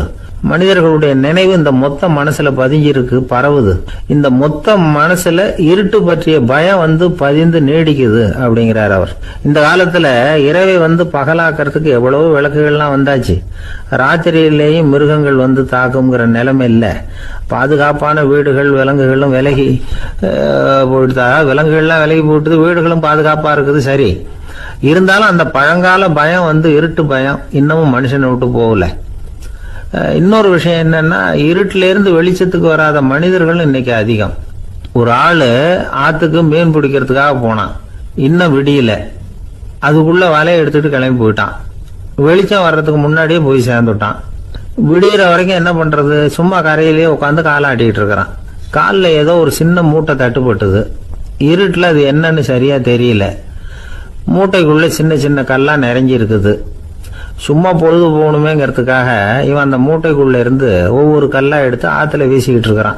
விடிகிற வரைக்கும் வேற வேலை இல்லைங்கிறதுனால எப்படி செஞ்சுக்கிட்டே உட்காந்துருக்கிறான். கிழக்க மெதுவா வெளிச்சம் தெரிய ஆரம்பிச்சது, பொழுது விடியறதுக்கான அறிகுறி. இதுக்குள்ள அந்த மூட்டையில இருந்த எல்லா கல்லையும் எடுத்து வீசி எறிஞ்சுட்டான். கடைசியா ஒரே ஒரு கல் மட்டும்தான் கையில பாக்கி இருந்தது. வெளிச்சம் வந்ததும் அந்த கல்லை பார்த்தான், அப்படியே திகைச்சு போயிட்டான். அடடா, இது வரைக்கும் தெரியாம தப்பு பண்ணிட்டோமே அப்படின்னு நினைச்சான். ஏன் தெரியுமா, அவன் கையில இருந்தது வெறும் கல் இல்ல, விலை வசந்த ரத்தன கல். அது இருட்டுல என்னன்னு புரியாததுனால மூட்டையில இருந்த எல்லா ரத்தன கல்லையும் ஆத்துல வீசி எறிஞ்சிருக்கிறான். இப்போ அவனுக்கு அழுகே வந்துடும் போல இருந்தது. வாழ்க்கையை வந்து வசதி ஆக்கிக்கிறதுக்கான வாய்ப்பு அவனுக்கு இருந்தது, இருந்தாலும் இருட்டுல அதை இழந்துட்டான். அந்த வகையில அவனுக்கு கொஞ்சம் அதிர்ஷ்டம் இருந்திருக்குது. அதாவது ஏதோ ஒரு வகையில இருந்திருக்குது. அதனாலதான் அந்த கடைசி கல்ல எரியறதுக்குள்ள வெளிச்சம் வந்துட்டுது. பல பேருக்கு அந்த அளவு கூட அதிர்ஷ்டம் வர்றதில்லை. எல்லாத்தையும் வீசினதுக்கு அப்புறம் தான் வெளிச்சம் வரும். என்னன்னு விவரம் தெரியாமலே எழுந்திரிச்சு வந்துருவாங்க. வாழ்க்கைங்கிறது ஒரு பெரிய புதையல். அதை புரிஞ்சிக்காம வந்து மனுஷன் வந்து அதை வீசி எரிஞ்சுக்கிட்டு இருக்கான் அப்படிங்கிறது தான் பெரியவங்க கருத்து. சில பேருக்கு புரிஞ்சுக்கிற நேரம் வரும், அதுக்குள்ள வாழ்நாள்லாம் ஓடி போயிருக்கும். அதுக்கப்புறம் என்ன பண்றது? நம்மால் ஒருத்தன் கையில ஒரு சின்ன பையோட வந்துகிட்டு இருந்தான். பை உள்ள ஏகப்பட்ட நகைகள் ரத்தன கல் எல்லாம் இருக்கு. வந்துகிட்டு இருந்தவன் திடீர்னு அந்த பையை அப்படியே ஒரு குளத்துல வீசி எறிஞ்சுட்டான். மகான்கள் தான் இப்படி பற்று இல்லாம இருப்பாங்க. என்னங்க இது, விலை மதிப்புள்ள அந்த பையை இப்படி குளத்துல வீசி எறிஞ்சுட்டீங்களே, இதுக்கு என்ன அர்த்தம் அப்படின்னு கேட்டார் அவன் கூட வந்தவர். அவன் மெதுவா இவர் காதோட காதா சொல்றான், ஒரு போலீஸ்காரர் பின்னாடி வந்துகிட்டு இருக்கிறார், அவர் போனதுக்கு அப்புறம் இதை எடுத்துக்குவேன் அப்படிங்கிறான். ஒரு நாள் ராமர் அரசவையில் உட்கார்ந்துருக்கிறார். ராமராஜ்யம் நடந்துகிட்டு இருந்த நேரம். அந்த சமயத்தில் ஒரு நாய் வந்து அரச சபைக்கு வந்துதான். அது தலையில் அடிபட்டு ரத்தம். அந்த கோலத்தில் அது அங்கே வந்தது. எல்லாரும் ஆச்சரியமாக அதை பார்த்தாங்க. ராமரும் அந்த நாயை பார்த்தார். நீங்கள் வந்த காரியம் என்ன, என்ன நடந்தது, எதுவாக இருந்தாலும் பயப்படாமல் சொல்லு அப்படின்னார். உடனே அந்த நாய் மெதுவாக சொல்ல ஆரம்பிச்சுதான். ஐயா, நான் தெருவில் போய்கிட்டு இருந்தேன். வழியில் ஒருத்தர் வந்தார். அவர் வேத சாஸ்திரம்லாம் படித்த பெரியவர். அவர் எந்த காரணமும் இல்லாமல் அவர் கையில் வச்சிருந்த குச்சியால் என் தலையில் அடிச்சுட்டார். அதுதான் தலையில் ரத்தம். இதை நீங்கள் விசாரித்து தகுந்த தீர்ப்பு வழங்கணும் அப்படின்னு தான் அந்த நாய். ராமர் பார்த்தார். உடனே தன்னுடைய காவலர்களை அனுப்புனார். அந்த ஆளை எங்கே இருந்தாலும் போய் கொண்டுகிட்டு வாங்க அப்படின்னு விட்டார். காவலர்கள் போனாங்க. அந்த ஆளை பிடிச்சி கொண்டு வந்துட்டாங்க. அரண்மனைக்கு வா அப்படின்னு சொல்லி கூப்பிட்டுட்டு வந்துட்டாங்க. என்ன நடந்ததுன்னு விசாரித்தார் ராமர். அதுக்கு அந்த ஆள் சொன்னார், நான் வந்து வீதி வழியாக வந்துக்கிட்டு இருந்தேன். குறுக்க இந்த நாய் வந்தது. நான் அவசரமாக போய்கிட்டு இருந்தேன். இது எனக்கு வழி விடாமல் குறுக்க பூந்து இடைஞ்சல் பண்ணிச்சு. எனக்கு கோபம் வந்துட்டுது. அதனால் அடிச்சுட்டேன். வேத சாஸ்திரம் படித்த நான் என் வசம் இழந்து கோபப்பட்டது பெரிய தப்பு தான். அதை நான் ஒத்துக்கிறேன். குற்றத்தை ஒப்புக்கொள்கிறேன். எனக்கு என்ன தண்டனை கொடுக்கணுமோ அதை கொடுங்க, ஏற்றுக்கிறேன் அப்படின்னு விட்டார். சரி, இப்போ அந்த ஆளுக்கு தண்டனை கொடுக்கணும். என்ன தண்டனை கொடுக்கறது யோசனை பண்ணார் ராமர். அதையும் அந்த நாய்கிட்டே கேட்டார். நீயே சொல்லு, என்ன தண்டனை கொடுக்கலாம் இவருக்கு அப்படின்னார். இதுக்கு அந்த நாய் என்ன சொல்லிச்சு தெரியுமா?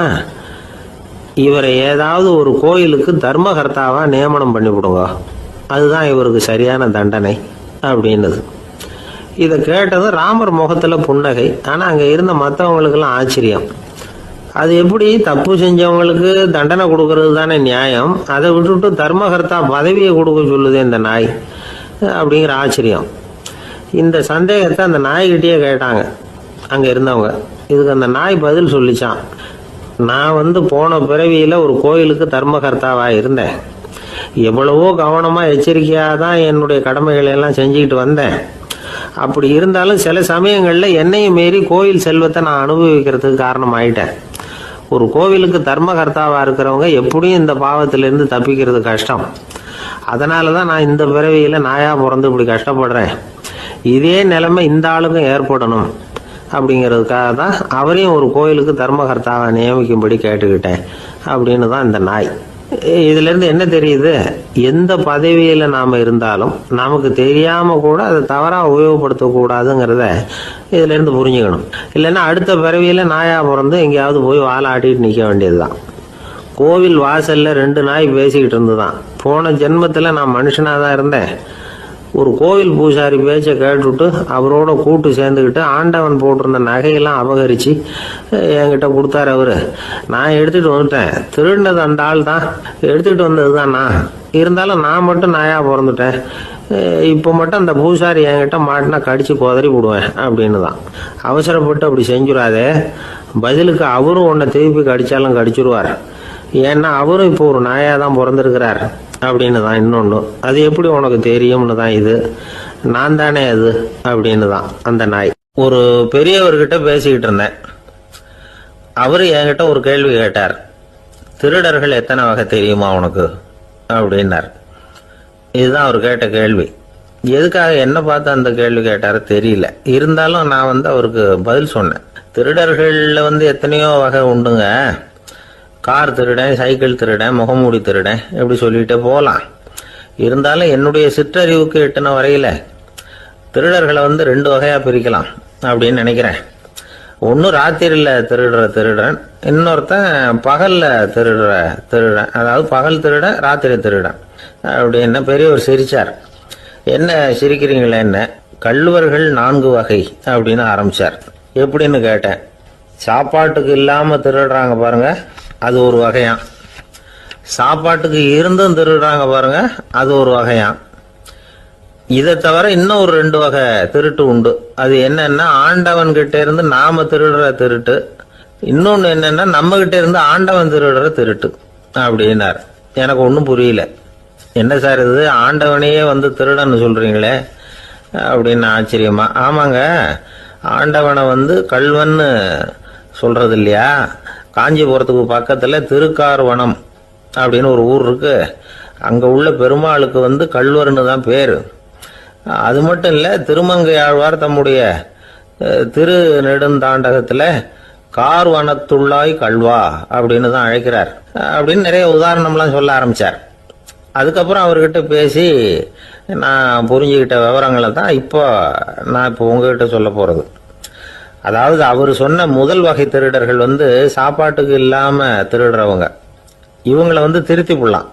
சாப்பாட்டுக்கு இருந்தும் பணம் சேர்க்கணுங்கிற ஆசையால் பொய் கணக்கெல்லாம் எழுதுறாங்க பாருங்க, அவங்க தான் 2வது வகை. 3வது வகை திருட்டு தான் மிகப்பெரிய திருட்டு.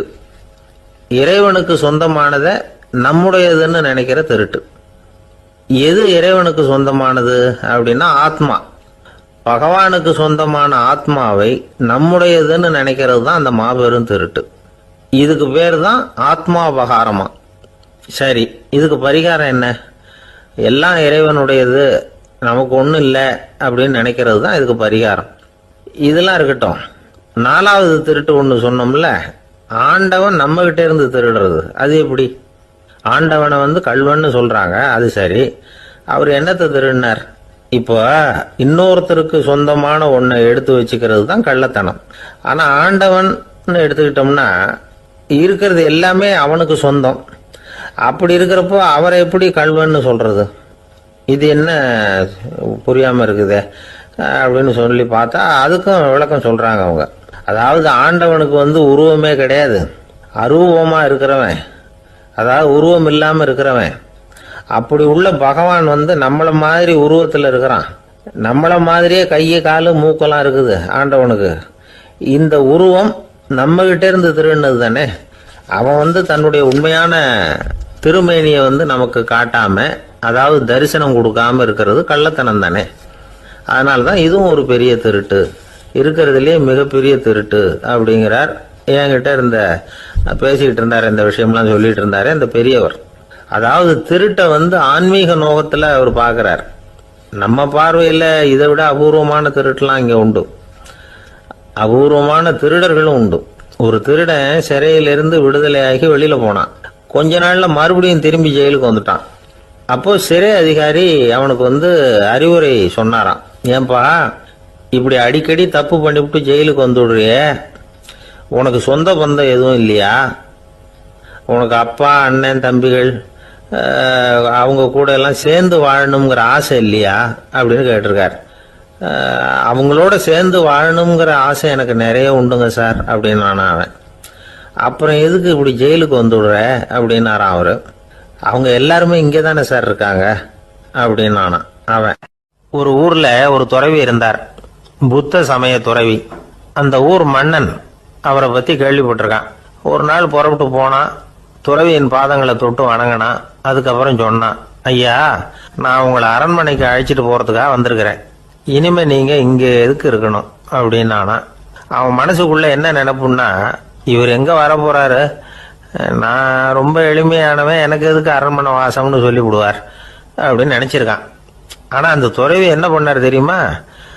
அப்படியா, சரி போகலாம், வா போய் உன் ரதத்தை கொண்டுட்டு வா, அரண்மனைக்கு போகும்பொழுது அதுக்கு தகுந்த மாதிரி ஆடம்பரமா போகணும் அப்படின்னு விட்டாரான்.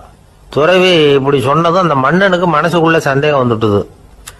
இவர் உண்மையிலேயே துறவி தானா, ஏமாத்து பேர் வழி மாதிரி தெரியுதே அப்படின்னு நினைச்சிருக்கான். இருந்தாலும் இனிமே என்ன பண்றது, சொல்லியாச்சு. ரதத்தை கொண்டுட்டு வந்தான். துறவி ஏறி உக்காந்தார். பக்கத்துல ராஜா, அவர் ரொம்ப உற்சாகமா வரார், இவன் ரொம்ப சோர்ந்து போய் வரான். துறவி மரத்தடியிலேயே வாழ்ந்து பழக்கப்பட்டவர், அரண்மனையில எளிமையா ஒரு இடத்துல உட்காந்துக்குவார் அப்படின்னு நினைச்சான். ஆனா அப்படி இல்லை. அரண்மனைக்கு வந்த உடனே அந்த துறவி அதை கொண்டுட்டு வா இதை கொண்டுட்டு வான்னு சொல்லி உத்தரவு போட ஆரம்பிச்சுட்டார். அரண்மனையில இருந்தா அரசனை மாதிரி இருக்கணும் அப்படிங்கிறார். ராத்திரி பூரா சௌரியமா தூங்கினார். பகல்ல அரண்மனை தோட்டத்துல உலாவ வேண்டியது, நீச்சல் குளத்துல குளிக்க வேண்டியது, இப்படியே பொழுது போக்கிட்டு இருக்கிறார். அந்த அரண்மனையில துறவி வந்து மகிழ்ச்சியா இருக்கிறார். மன்னனால அப்படி இருக்க முடியல. அவருக்கு எந்த கவலையும் இல்லை, இவனுக்கு அரசாங்க கவலைகள். துறவி அப்படி இருக்கிறத இவனால தாங்கிக்க முடியல. ஒரு நாள் அவர்கிட்டயே போய், நான் உங்ககிட்ட கொஞ்சம் பேசணும் நானா துறவி பார்த்தார்.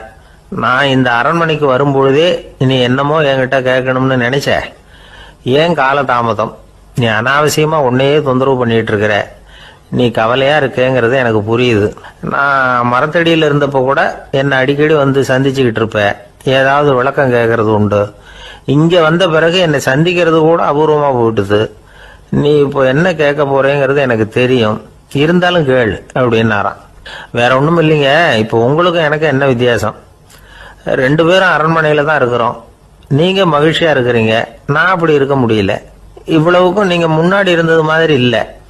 தினமும் தங்க தேர் கேட்கறீங்க, உயர்தரமான ஆடைகள் அணியிறீங்க, சுவையான சாப்பாடு. இப்படி இருக்கிறப்போ உங்களுக்கு எனக்கு என்ன வித்தியாசம்? இதுதான் மன்னனுடைய கேள்வி.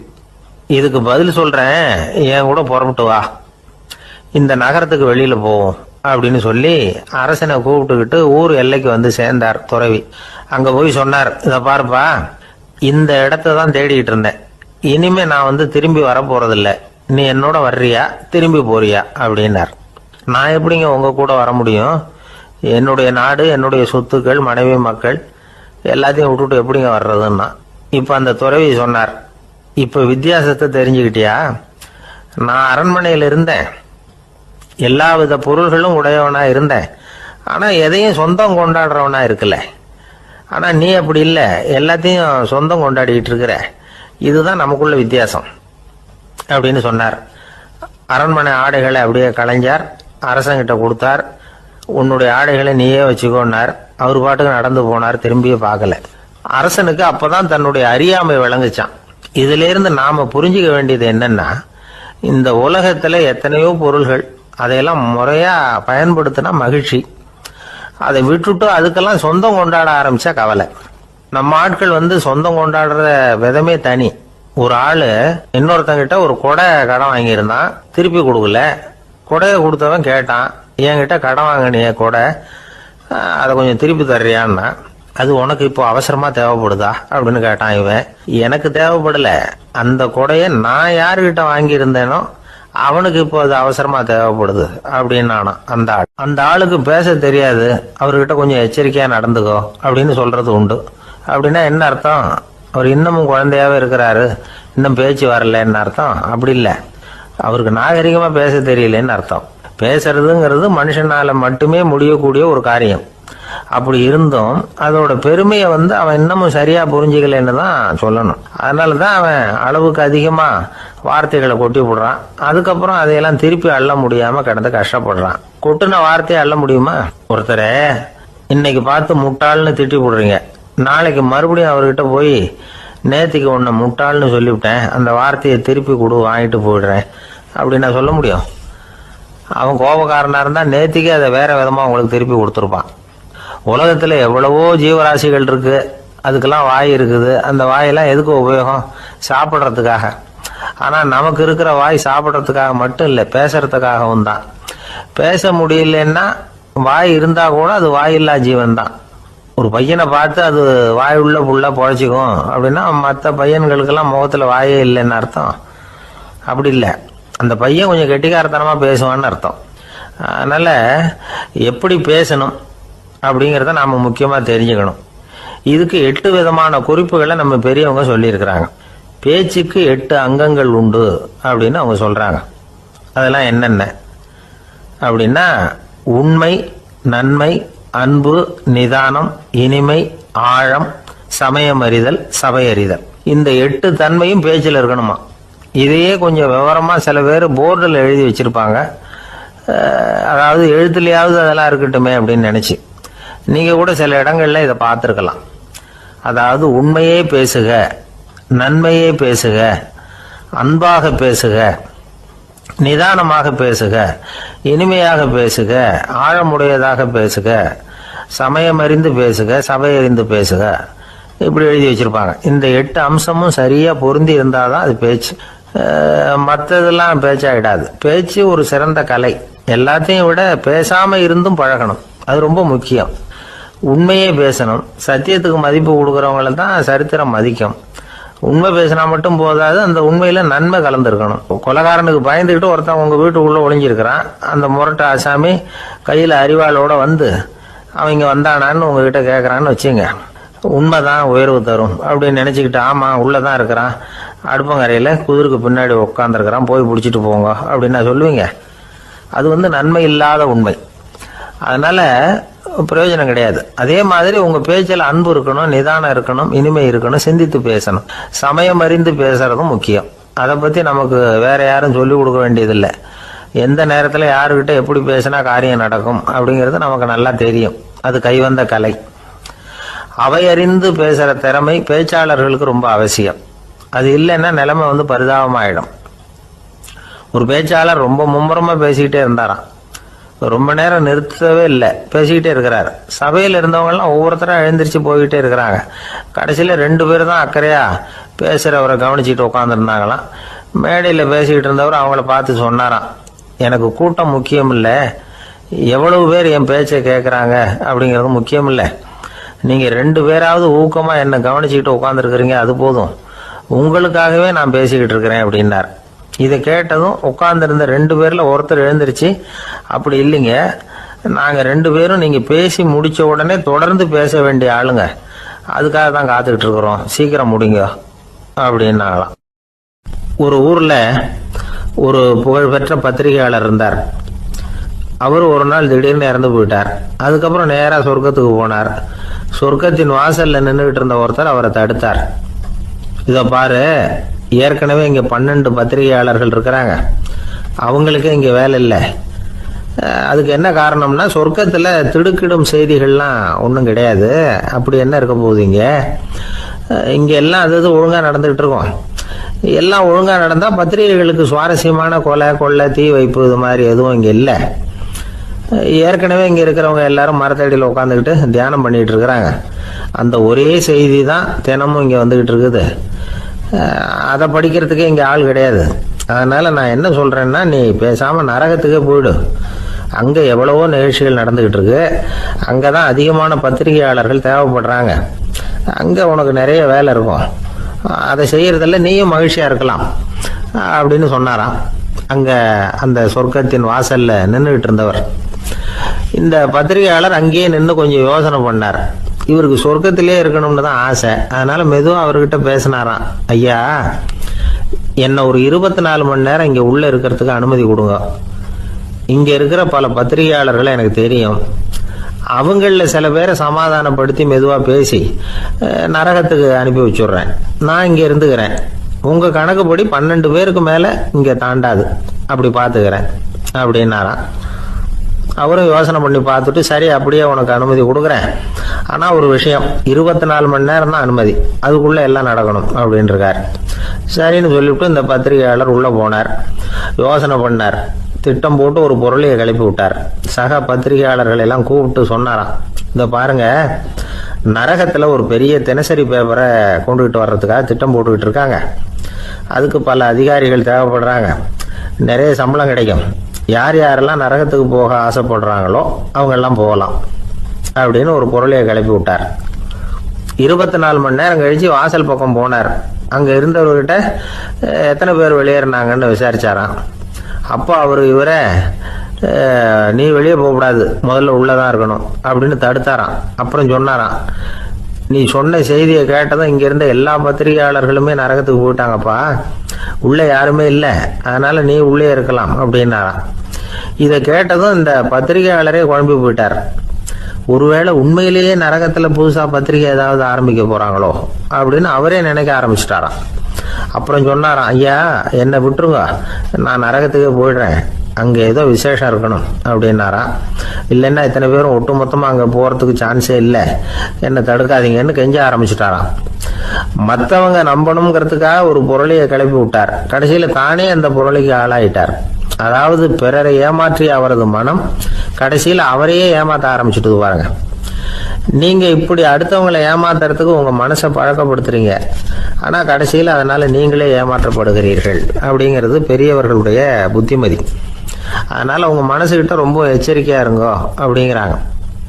நம்ம ஆளுங்க அங்க போய் என்ன சொல்லுவாங்கன்னா, இந்த பாரு அங்க போகாத இங்க போகாதன்னு பயமுறுத்துறது உண்டு. சில பேர் அங்க பேய் இருக்குது, பிசாசு இருக்கு அப்படின்னு பொருளையை கிளப்பி விடுறது உண்டு. இருட்டு நேரம், காட்டு வழியா ஒருத்தன் போய்கிட்டு இருக்கிறான். அங்க பேய் பிசாசு நடமாட்டம் இருக்கிறதாக வதந்தி.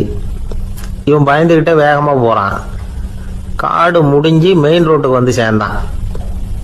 அப்பாடா, ஒரு பஸ் நின்றுட்டு இருக்கு தனியா. இருட்டில் லேசா தெரிஞ்சது. ஓடி போய் ஏறி உள்ள உட்காந்துக்கிட்டான். பயந்துக்கிட்டே போனவன் அப்புறம் தான் தெரியுது உள்ள யாருமே இல்லை. டிரைவரும் இல்லை, கண்டக்டரும் இல்லை, வேற யாரும் இல்லை. இவனுக்கு பேய் பயம் அதிகமாக போட்டுது. ஏன்னா நடு ராத்திரி. இந்த நேரம் பார்த்து அந்த பஸ் தானே நகர ஆரம்பிச்சுதான். இவனுக்கு இன்னும் பயம் அதிகமாக போட்டுது. ஏன்னா டிரைவர் சீட்டு காலியாக இருக்கு, பஸ் நகருது. இவன் உடம்பு பூரா நடுங்க ஆரம்பிச்சுட்டுது. வீல்னு கத்தலாமான்னு பார்த்தான். அந்த நேரம் பார்த்து அவன் தோளில் ஒரு கை விழுந்துதான். திடுக்கிட்டு திரும்பி பார்த்துருக்கிறான். அங்கே டிரைவர் நிற்க